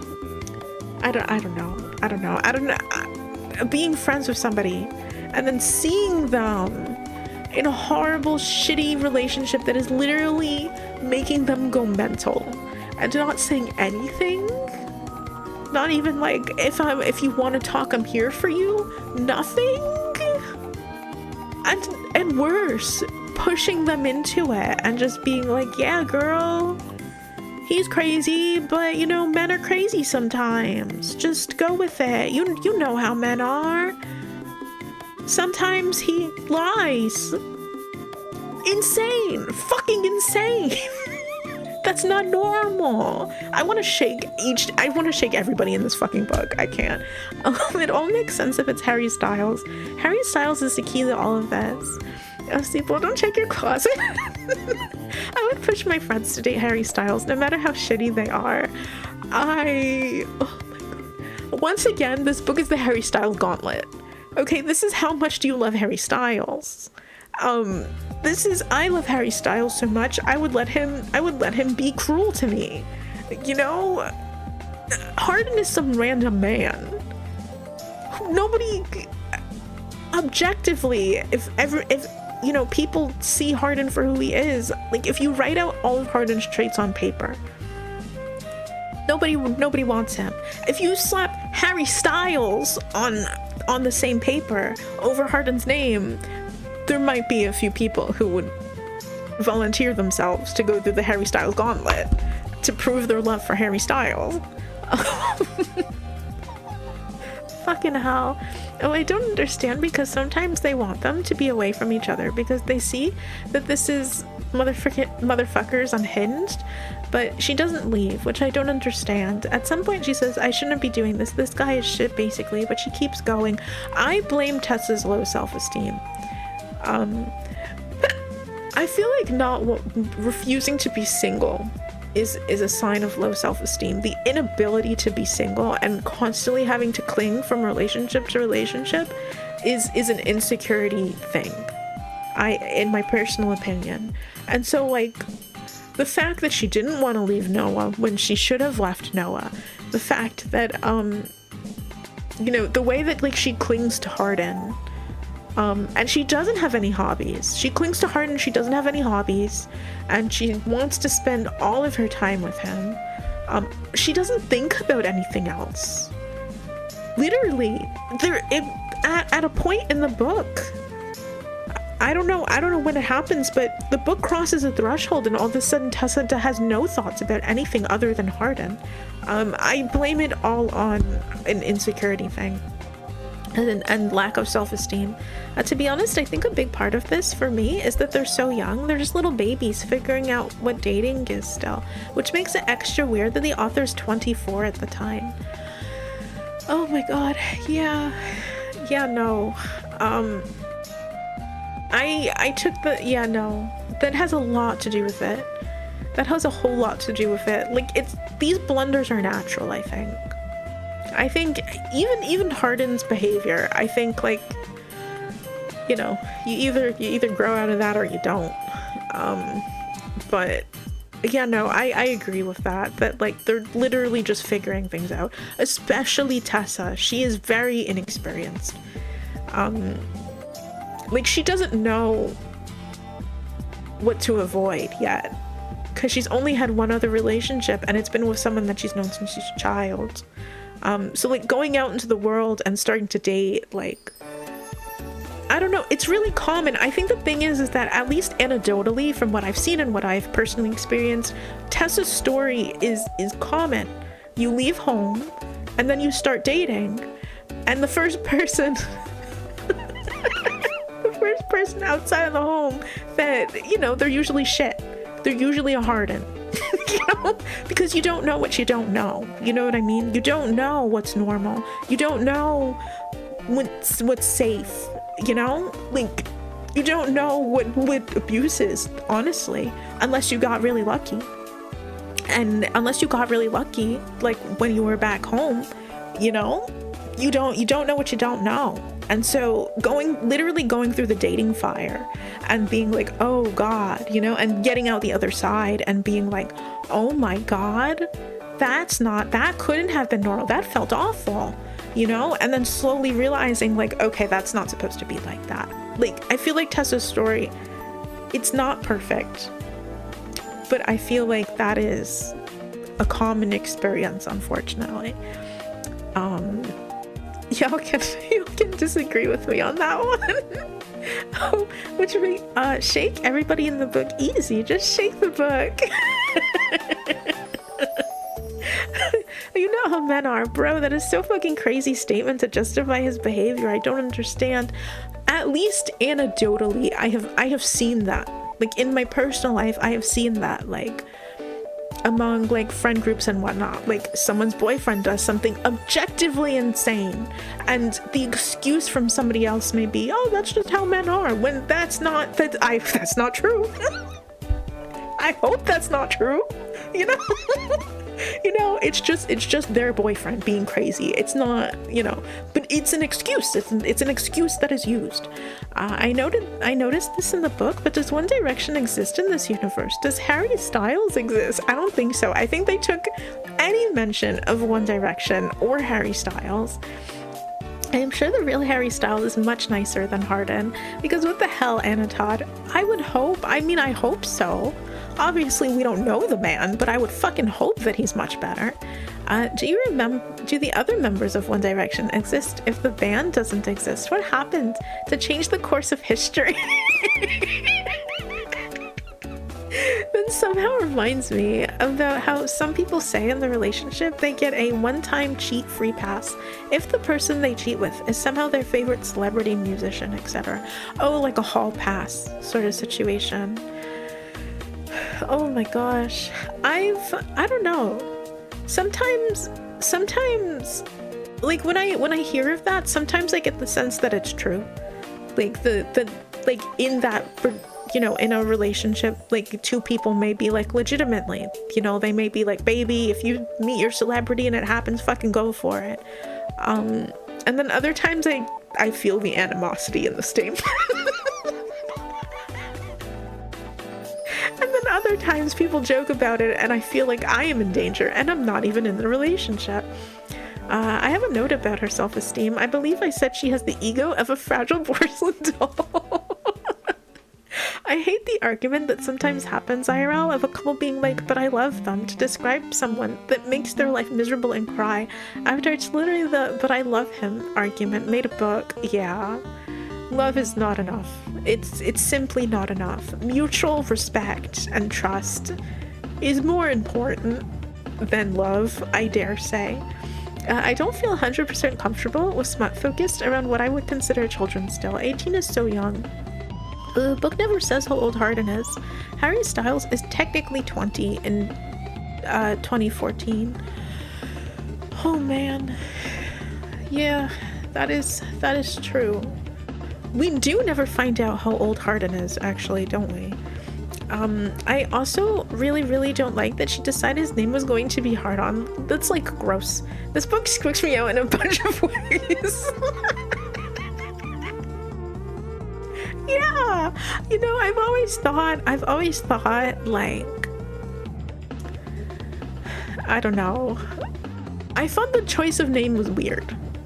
I'll put it that way. I thought the choice of name was weird because I view the book as a romance book. I don't view it as a smut book. I view it as a romance book that has the, you know, the adult scenes in it that most romance books do.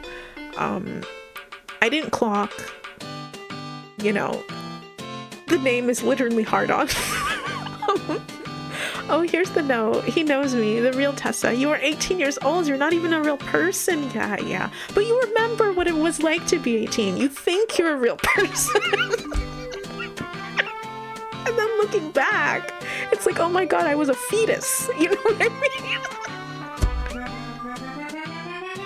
Like when you're that young, you don't know. Once again, you don't know what you don't know. Like, you don't know. You know, everything, you know. It's like, I don't think it's crazy hard to be worse than Harden. You have to be really evil. I thought 18 is adult age. 18 is indeed adult age. It is, but I would personally consider 18 to still be pretty young. It is. Adult by law, but an ego and character. You need at least 6 more years. Yeah, no, you need a couple more years on you. 18 means you can't drink yet, but you can drive, yes. USA is weird. 21 to drink, 16 to drive. In Europe, it's pretty much 18. I remember when I was 19, I was a fool, but I had fun. Yeah. Oh my God, that's what it's about. That's what being young is about. It's about being a fool and having fun. Also, how the fuck did Tessa afford a car? I assume that she saved. I thought that she had saved up from when she was in high school. It seems like she had savings of some kind. I could hold alcohol better than these days, yeah. I feel bad in my soul. She was excited about $200 a week from a job earlier. She does not have money. Was she getting paid? I missed that. Is she getting paid $200 a week? She's getting paid $200 a week? 2, 4, 6, 8? $800 a month? What is she doing?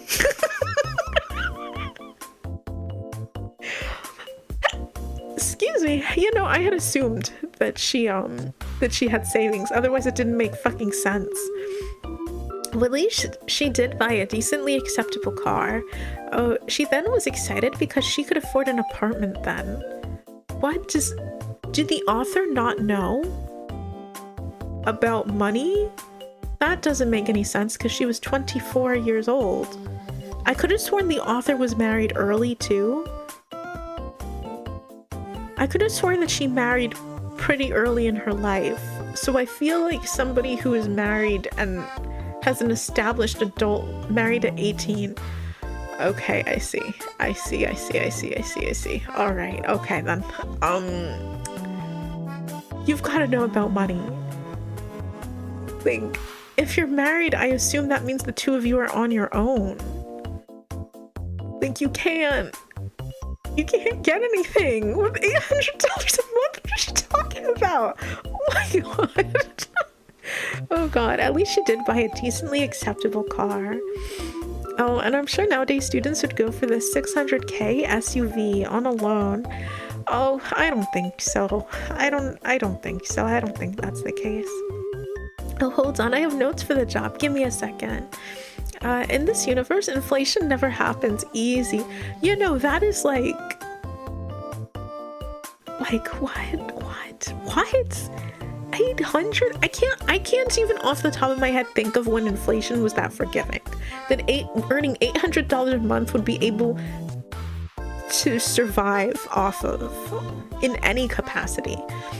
And move to the loathsome Fort Hood.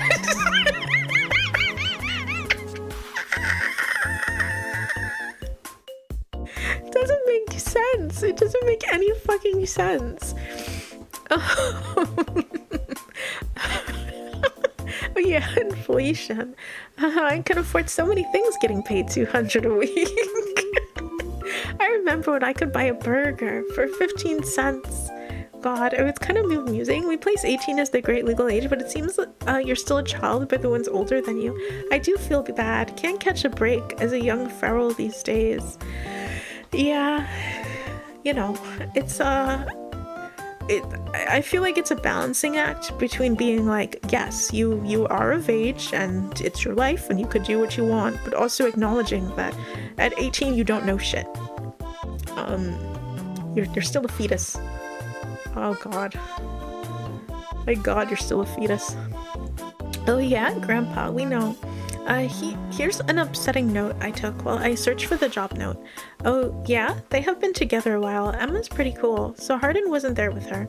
Not in that way, at least. Maybe he actually came there to try to talk to me again, instead of trying to hurt me with another girl. Yes, so gay people can only exist if they serve a purpose to the author and creating another wacky misunderstanding. Wait, hold on, what? Wait. I missed that.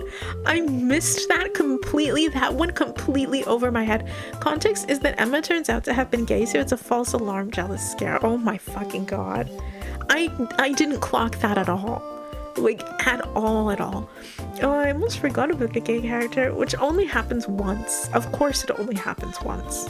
That doesn't surprise me. I kind of hate that about our society, to be honest. 18 legal age, but mentally child.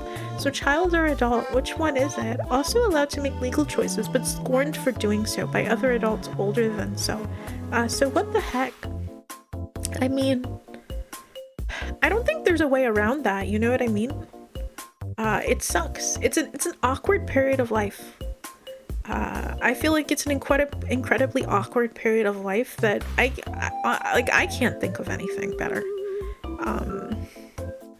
You know, you gotta get experience somehow. Like, experience has to start somewhere, you know what I mean? Like, if we arbitrarily decided that people were an adult at 21 instead, you know, they would still be sheltered from the ages of 18 to 21. Like, until you get out there and you start experiencing things, you know what I mean? It sucks. I remember what that felt like, and I remember that it sucks, and I do have empathy for the youngins. Oh?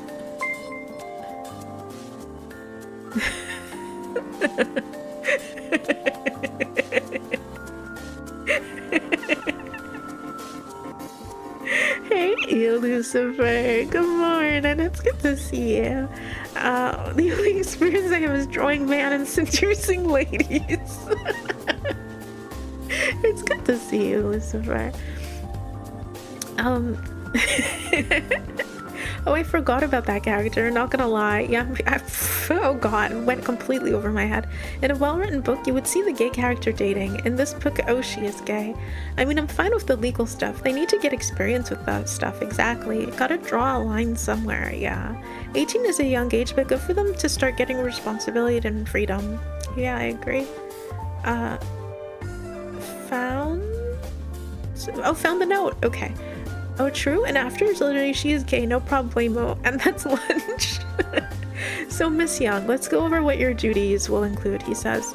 You will be expected to go over at least 2 manuscripts a week. If they are excellent and fit in with what we publish here, then he will send them to me. If they aren't worth looking at, toss them. It feels like a job description written by someone who's only ever frequented fanfiction websites. Yeah, no. It doesn't feel, it's not real, you know? The moment that they gave her an actual office, and they did, the fact that it's a publishing job, it's a publishing internship, that 1, she's getting paid for, and 2, that she wasn't put in the cubicles with the sludge pile, with the actual, like, pile of manuscripts and shit, that she was, like, given a nice cushy place and only has to read 2 manuscripts. And, like, the fact that she's expected to read all of the manuscript is weird.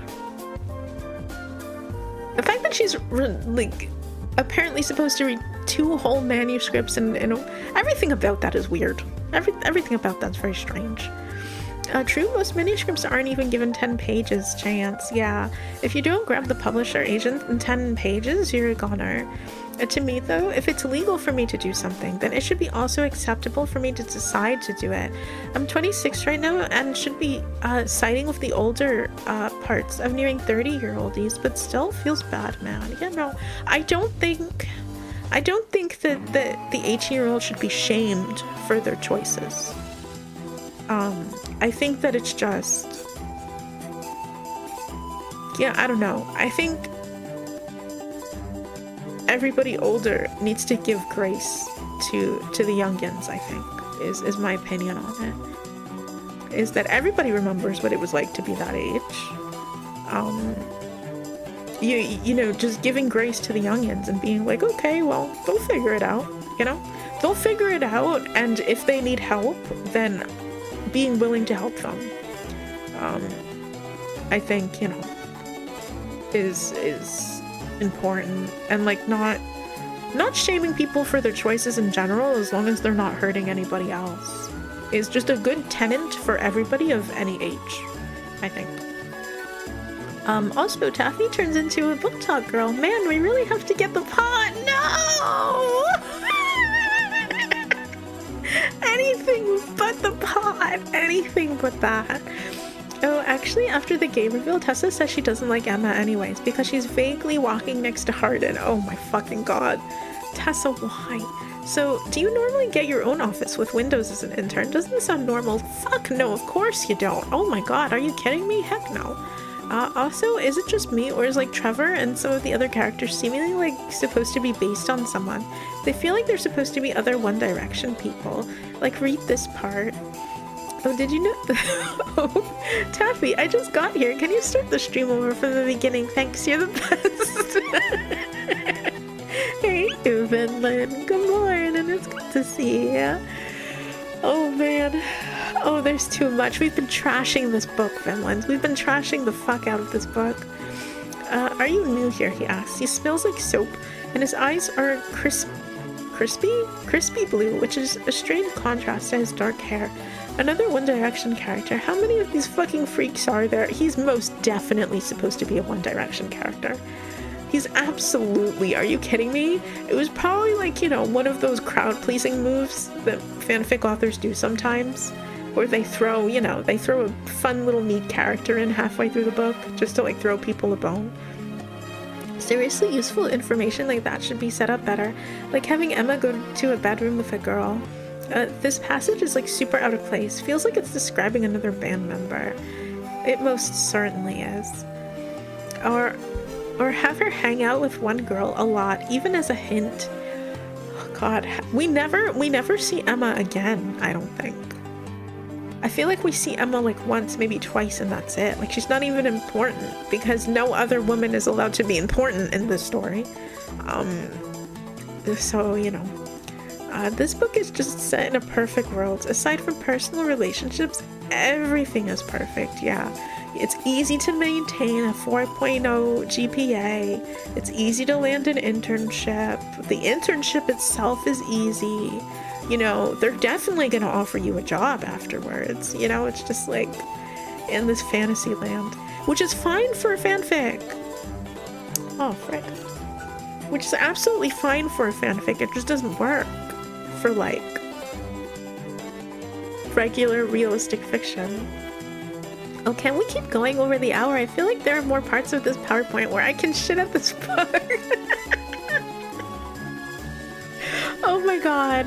Well, we're gonna go over the hour anyway because we have another book to decide.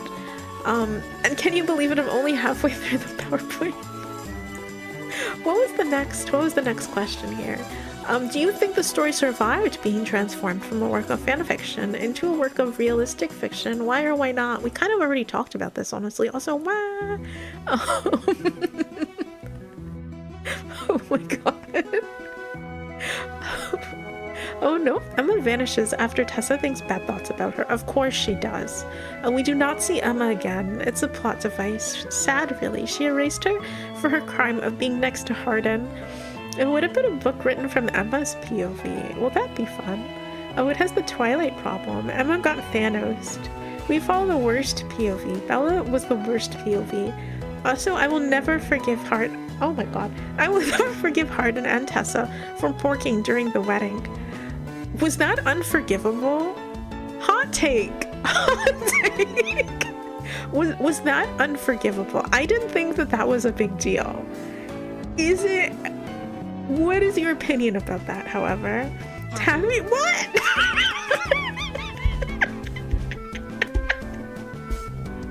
Was it a big deal? I didn't care. I didn't care.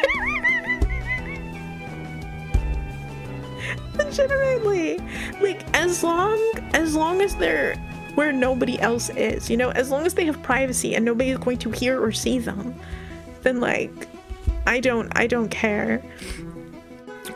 Wait a second, doesn't someone they disappear? Tessa is not having a fever dream after going to a coma, is she? Oh no, it did not survive. It got worse. Harry Styles was the key to all this. It totally did not. Not at all. Not getting permission to use Harry Styles ruins half of the character building, and not being episodic makes it a fucking drag. Yeah. I wholeheartedly agree. It didn't survive. It needed massive rewriting and reworks in order to, you know, and it makes me sad because my copy of After is a used copy, right? Because I was not paying full price for this book, and like, I can tell how much another person loved this book. Oh, hey, abandoned rat dragon toy. Good morning. It's good to see you. I can tell how much somebody loved this book because it is worn to bits. So like, part of me understands why they literally just fixed up the grammar and published it the way that it is, because clearly the fans of the story love it. This was a well-read book, but at the same time, just from like a writing standpoint, it needed so much more. Yeah, hey, good morning. Oh, I don't care if I'm going to the wedding. I'm literally my worst enemy. If you're ruining a wedding, you are scum, or even threaten the wedding with any scandal, or even step out for a period of time longer than a bathroom break. Okay, really? Okay, for real. Okay, this was indeed a bad take. I don't know, a hot take. I don't know. I stand by my opinion of like, I don't care. I don't know what that says about me as a person, but as long as they lock the door in a place where nobody can overhear them, like nobody is gonna happen upon them, you know what I mean? Like, as long as it's not voyeurism, I don't care. If they disappear for 20 minutes and then come back. You know, as long as nobody can tell what they did. Mayhaps that is a hot take. A sticky coffee, a very sticky coffee. Yeah, no, I had to wipe it down with Lysol. It was unfortunately very sticky. Have you heard? Taver's lost all her good backgrounds. Yeah, no, I did a oopsie. It's alright. I'll figure it out, it's okay. I don't care if the building is on fire, you better be there for the wedding. I thought that they were there for the wedding. Did I misread it? Because there is a chance that I misread it, because when I got up to the part of the wedding, I was exhausted. I was like half awake, reading at like 12 at night. I was like, oh my fucking god, I want to go to sleep, this book won't fucking end. Yeah. So Taffy, you wouldn't mind on your wedding, but there is nobody left actually looking at you getting wet because they are on the side chambers porking around. As long as everybody's there for the ceremony, you know, as long as everybody's there for the ceremony, if they could just take turns, you know? If everybody's there for the ceremony and it's not like a mass clearing out at the reception, I don't care.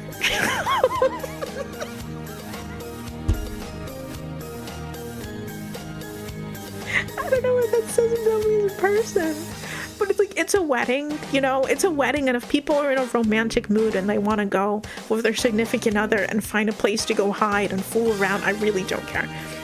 If you want to step out during the after party, be my guest. No, but not during the dancing.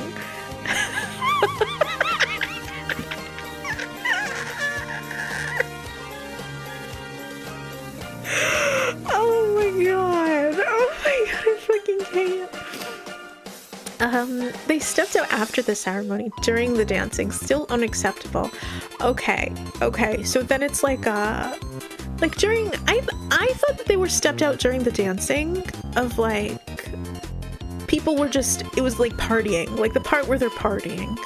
I didn't think that they stepped out during like the, you know, the bride and groom's first dance or something like that.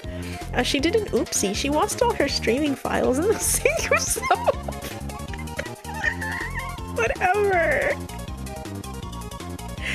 Oh my god, you know how much work I have to do to replace everything? Oh my god. I've decided to rework all of my behind the scenes shit because everything's gone. So I'm just making things from scratch. Things to do with Taffy's wedding. Number 1. Okay, I do have an important question for the streamer and the chat here, yes. Did you read the special after section with the letters? I refused. With the letters? With the letters? I have acknowledgements? I just have acknowledgements and then an ad for the following books. Is it in the front, maybe? No. No. There's the dedication page, and then there's the prologue, and that's it. I don't have anything with letters. Oh, thank you. Oh, thank you so much for following Captain Death Punch. I appreciate it. Good morning. Oh, I refuse. Taffy marrying. She needs to understand that they are flirting with her first. Oh yeah, no, I'm not getting there. I'm simply not getting there. I don't even know when people are flirting. So, you know, that's a you know. Well, at least the idea is there. She didn't counter it with, I'm not marrying, so. Oh yeah, it was during the first dance specifically. It's even more fucked up. Oh, okay, it was during the first dance. Okay, well that is unacceptable. Well, stepping out during the first dance is unacceptable. It's possible it was stuff in the next books. Oh, because because the book wasn't big enough, they added in like a sneak peek to the next book. Holy fuck, what edition? What published batch is this shit?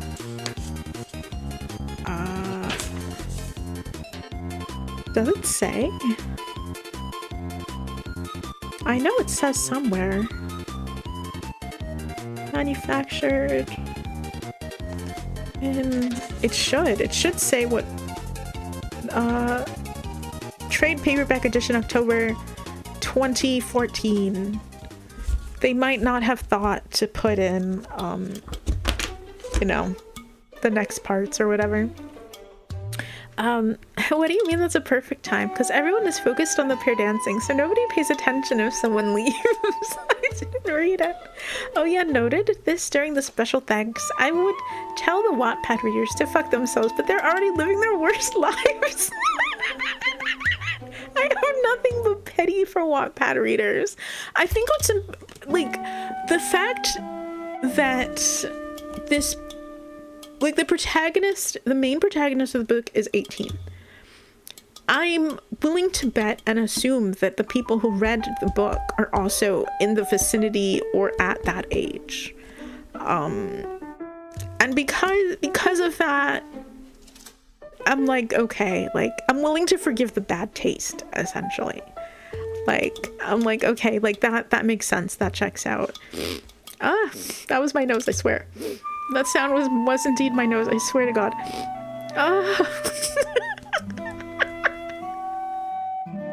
I'm gonna blow my nose. Why are my sinuses like this? Okay, there we go. I have you have the Google Books version. Okay, that's probably why. I do have a Wattpad account. No, I won't write there. There's no shame. I feel like there's no shame in writing for Wattpad at all whatsoever. It's a decent way to get paid for writing. It's not the best way. I wouldn't necessarily recommend it. I don't think Wattpad, I don't think the Wattpad contract is fair. I think it's brutal, but it is a way to get paid. You know, it is quite brutal in my personal opinion. The curse of Ra strikes. Damn, girl, is that your nose, or do you have a small toad in your room? Whatever. Damn girl. Oh no, after 10-year anniversary, bonus content, Anna Todd. Looks like stuff that she wrote last year. Oh, yeah, no, I don't have all that. Oh, literally the afterbook fucked up your nose, just so you know. Oh wait, it was spelled Anna Todd. Oh, what the fuck? What the? Did they spell her name wrong? No, I'm looking at the cover of the book. It has 2 D's. What the fuck? Okay, y'all. Okay, what do you think about 𝘁𝗲𝗿𝗶𝗯𝗹𝗲, Molly? What do you think about the tone of the book, the style, the pacing? And would you... Okay, y'all, give this book a out of 5-star rating, and we'll choose the next book together, okay? The official Google Books version, editing, shit tone, bad tone, slop.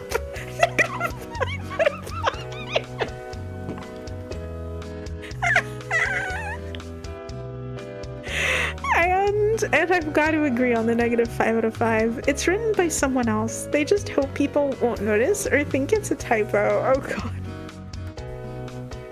I'm limited to 0.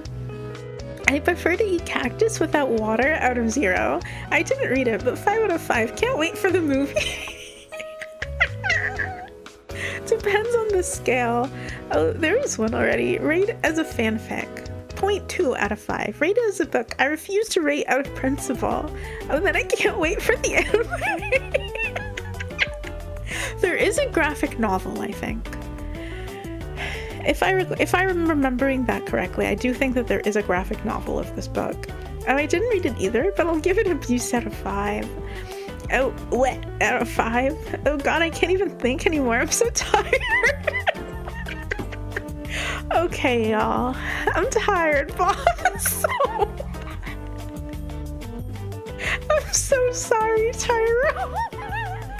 This book took it out of you.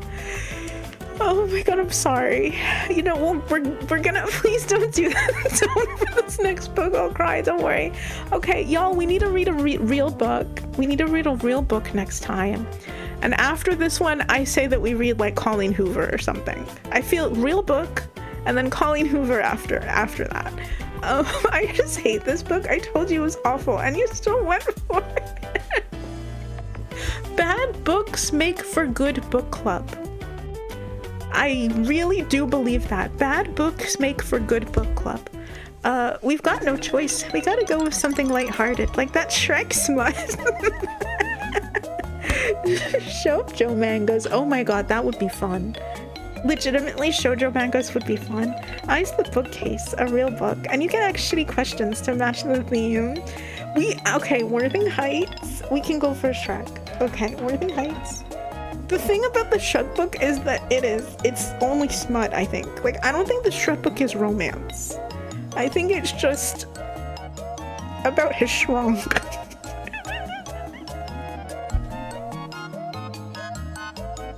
I think it's just about Shrek and his shrungle, you know?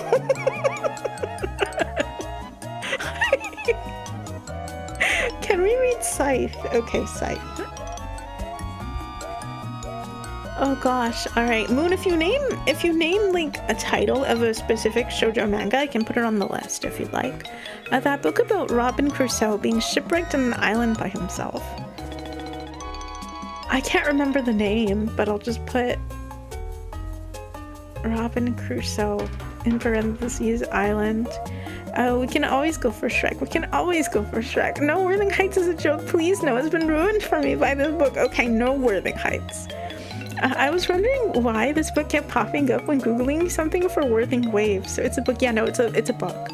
It's like a classic lit book. Pride and Prejudice and Zombies.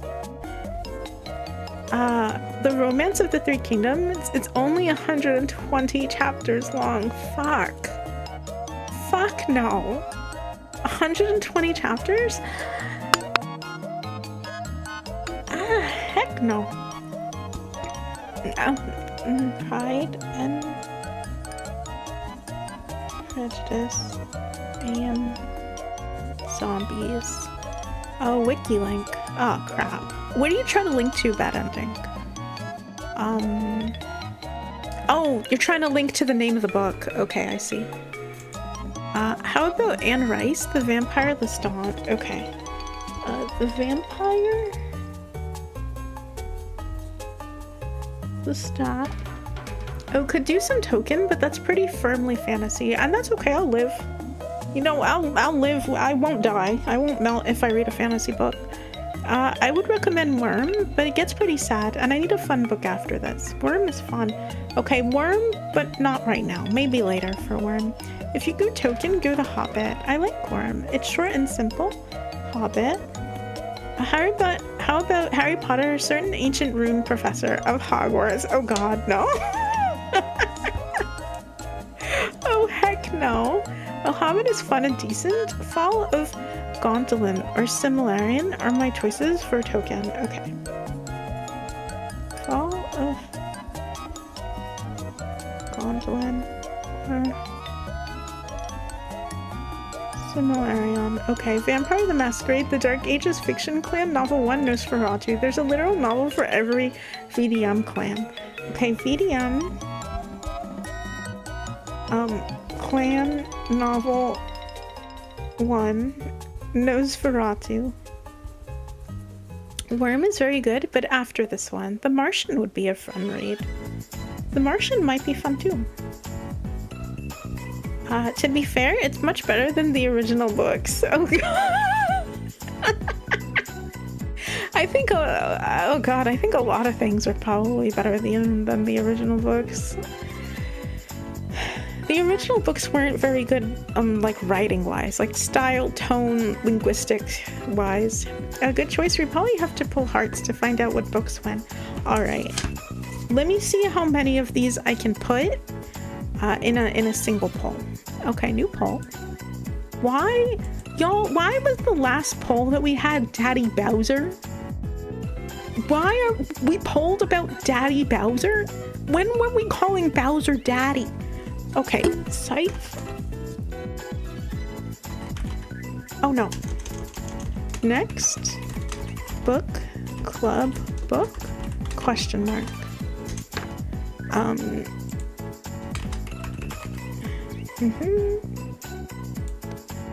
Let me find the name of this book.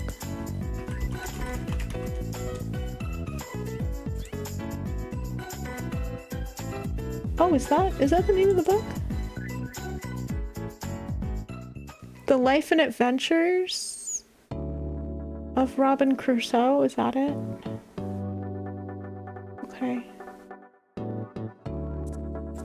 Let me double check that book.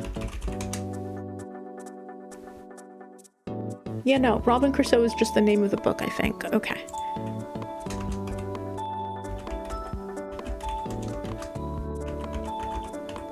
And then Pride and Prejudice and Zombies. I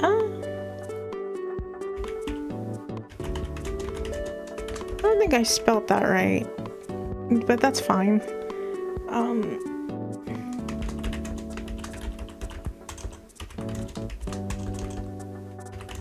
Lestat. And we have another poll after this because everything doesn't fit.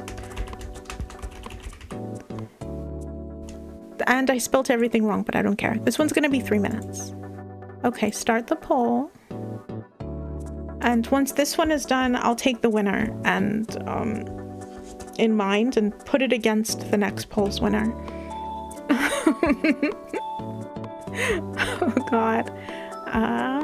Oh, good choice. Oh no, my brain hurts too much to get more book recs. Why not give it 10 chapters and see what you think? It's on webnovel.com. Oh, okay.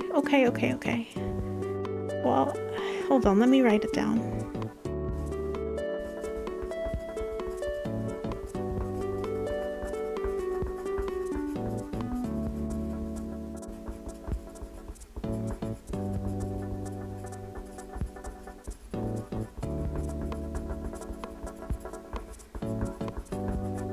Okay, I've written it down, so I'll go check it out later. I think I remember doing that. If you can't remember all your daddies, it means you have too many daddies. Okay, so I found the name of the book. It's literally called Robin Crusoe by Daniel Defoe. Okay. I do not have brains right now for voting. I'm gonna roll a dice for my vote.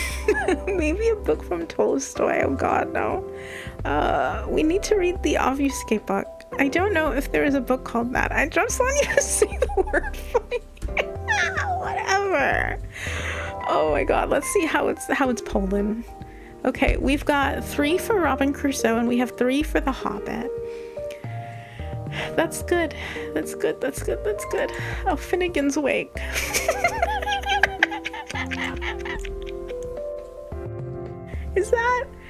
I'm assuming this is vengeance. I would assume Finnegan's Wake is vengeance.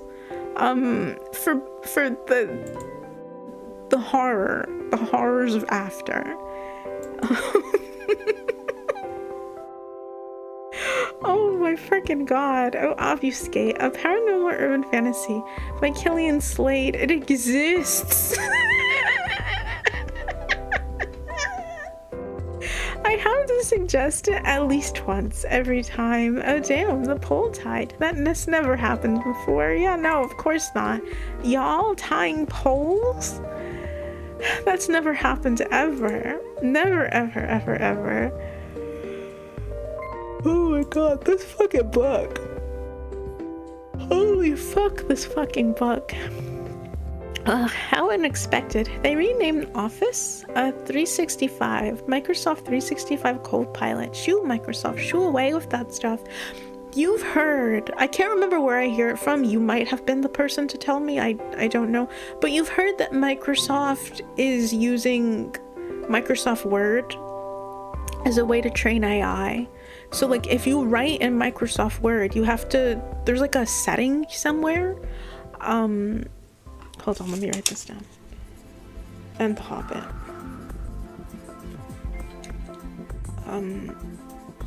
Where like they're basically like scraping whatever people write in Microsoft Word for the thing. Okay, new poll. New. Next book club book part 2. And then what's the books that are left over?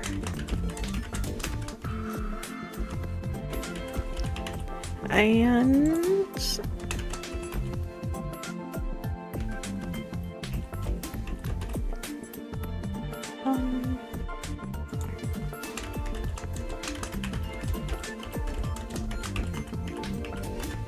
I don't think I spelt Nosferatu right, but that's fine, we'll live. And The Martian. Okay. Oh no, we are not allowing additional votes with books. That is not necessary. Let me regale you with a good passage from Taffy's favorite book. Shies, I should see. Oh god. Sobs they sighed. And Philippians Christmas week, all the pavilions of the nation prostrated in their consternation. Oh my, I'm not even gonna try. You know what? Why am I trying to read it? Why am I trying to read it? I'm okay. I'm good. I don't need to do all that. Microsoft Word is learning from people plagiarizing their undergrad papers by copy pasting from ChatGPT. Proceed. Oh my god. Freaking, this is why ChatGPT is getting stupider. Like, ChatGPT is now learning from ChatGPT. Oh, am I having a stroke? All right, next dice roll. A stroke is having you. Yeah, AI is poisoning itself, as it should. Fuck AI. I am, and I'm all for that. Yeah, me as well. I'm glad. There's at least one company that I've heard of so far, and I'm sure that there's more that are making quote-unquote AI novels, and they're using, like, they're trying to flood the market on Amazon Books with AI generated novels. And they're grifters, obviously they're grifters. But like, I don't know, the fact that they think that people will enjoy their AI slop blows my fucking mind. They legitimately think that people are gonna eat up their AI slop books and it's gonna make them money. But the old sages said, learn about yourself and you shall know yourself. Yes. And it applies to all but AI. AI seems to be the outlier for that piece of wisdom. Oh yes, they do that. Amazon has an AI book problem. Yeah, no, it's really fucking bad. They had a slop problem before AI because there were people that would write like, I don't know, like 5 pages in Microsoft Word, shove it into like a ebook, EPUB, you know, format, and then sell it, specifically with things like self-help and whatnot, like things that could be bullshit fast and easy. So the entire, like, I don't know, Amazon book market in the self-help category, it's a lot of slop. Back in my day, we just paid sweatshop workers pennies on the dollar to make our scam books. And oh god.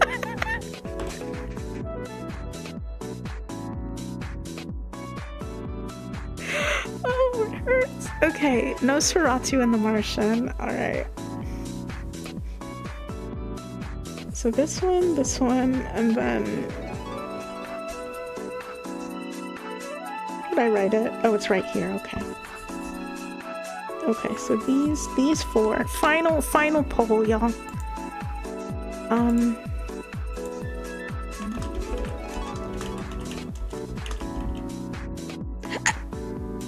Excuse me.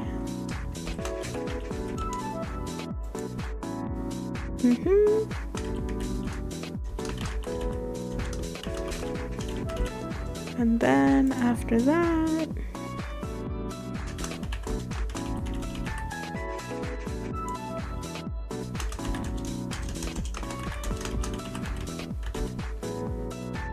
and last one.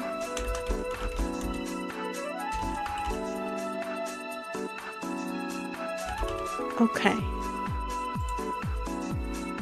All right, very last poll, and then we'll have the next book club book. Okay. Also, yeah, no. They, I don't know. I guess that's the new thing. We're placing the, for anybody who doesn't know, like, paying somebody pennies on the dollar to write a book, so that way you can flood the market on Amazon. That's real. That happens. Or at the very least, it used to happen. I don't know if it'll still happen now that ChatGPT is a thing. But yeah, people would pay other people like literal pennies to write like as much and as quickly as humanly possible. And also sometimes they would be ridiculous and they would want it to be grammatically correct too. So they'd be like, give me, you know, 50,000 words in a week about this, and also no grammar mistakes. And then they get paid like 5 cents.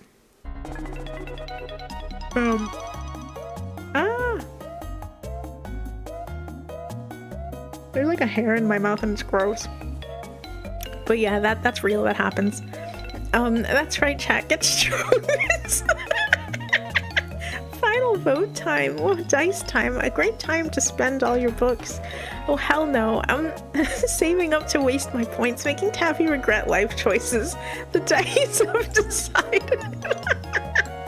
Okay, y'all, so far it looks like the Vampire the Masquerade clan book is winning.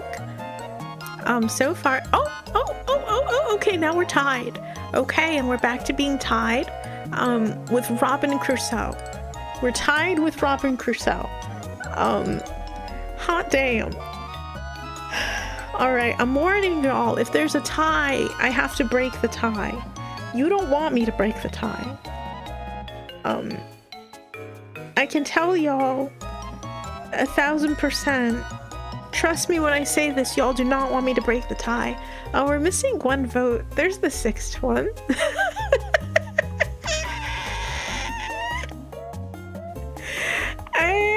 And we're tied.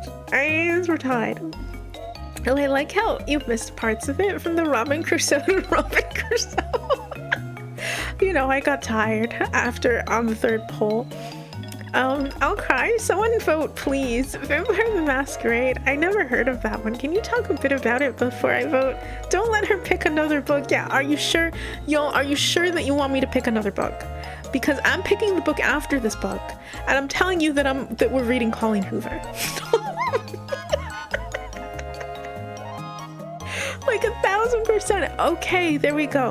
The Vampire the Masquerade clan novel. 1. So it's Clan 1 𝘁𝗲𝗿𝗶𝗯𝗹𝗲, y'all. That's the one that we are reading. Clan 1 novel. 𝘁𝗲𝗿𝗶𝗯𝗹𝗲. Okay. Alright, excellent.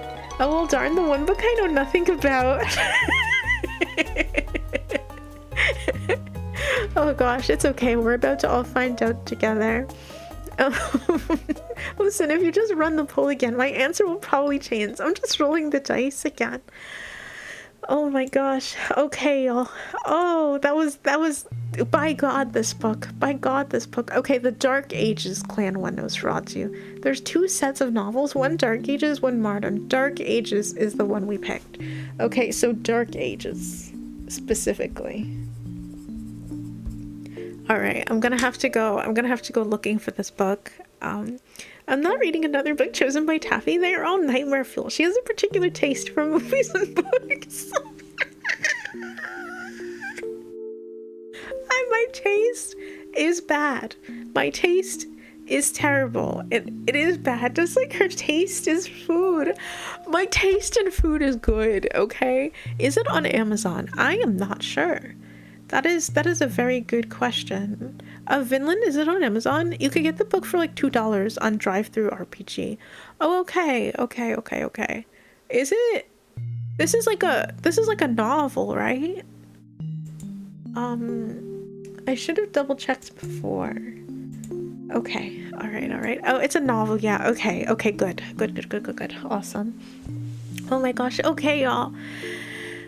I'm happy to say that the book club for After by Anna Todd is over. The pain has finally ceased, and we can all collectively throw this book in the trash now that it has been read. Thank you so much for stopping by and hanging out, everybody. I appreciate it. I'm gonna be back next week. I don't know if it's Tuesday or Thursday. We'll figure it out. I'm gonna try and stream on the evening next week too. We'll see what happens. I hope that all of y'all have an amazing rest of your day. Oh! Here's the Anna Todd tax. I need to clean this taste out of my mouth now, thanks much. Thank you for the bits, Tyro. I appreciate it. Thank you. Even though this book was horrific, this book was quite the gauntlet to get through. Holy fuck. Thank you so much. I appreciate it. What is it called? I hope that y'all have an amazing rest of your day or rest of your evening.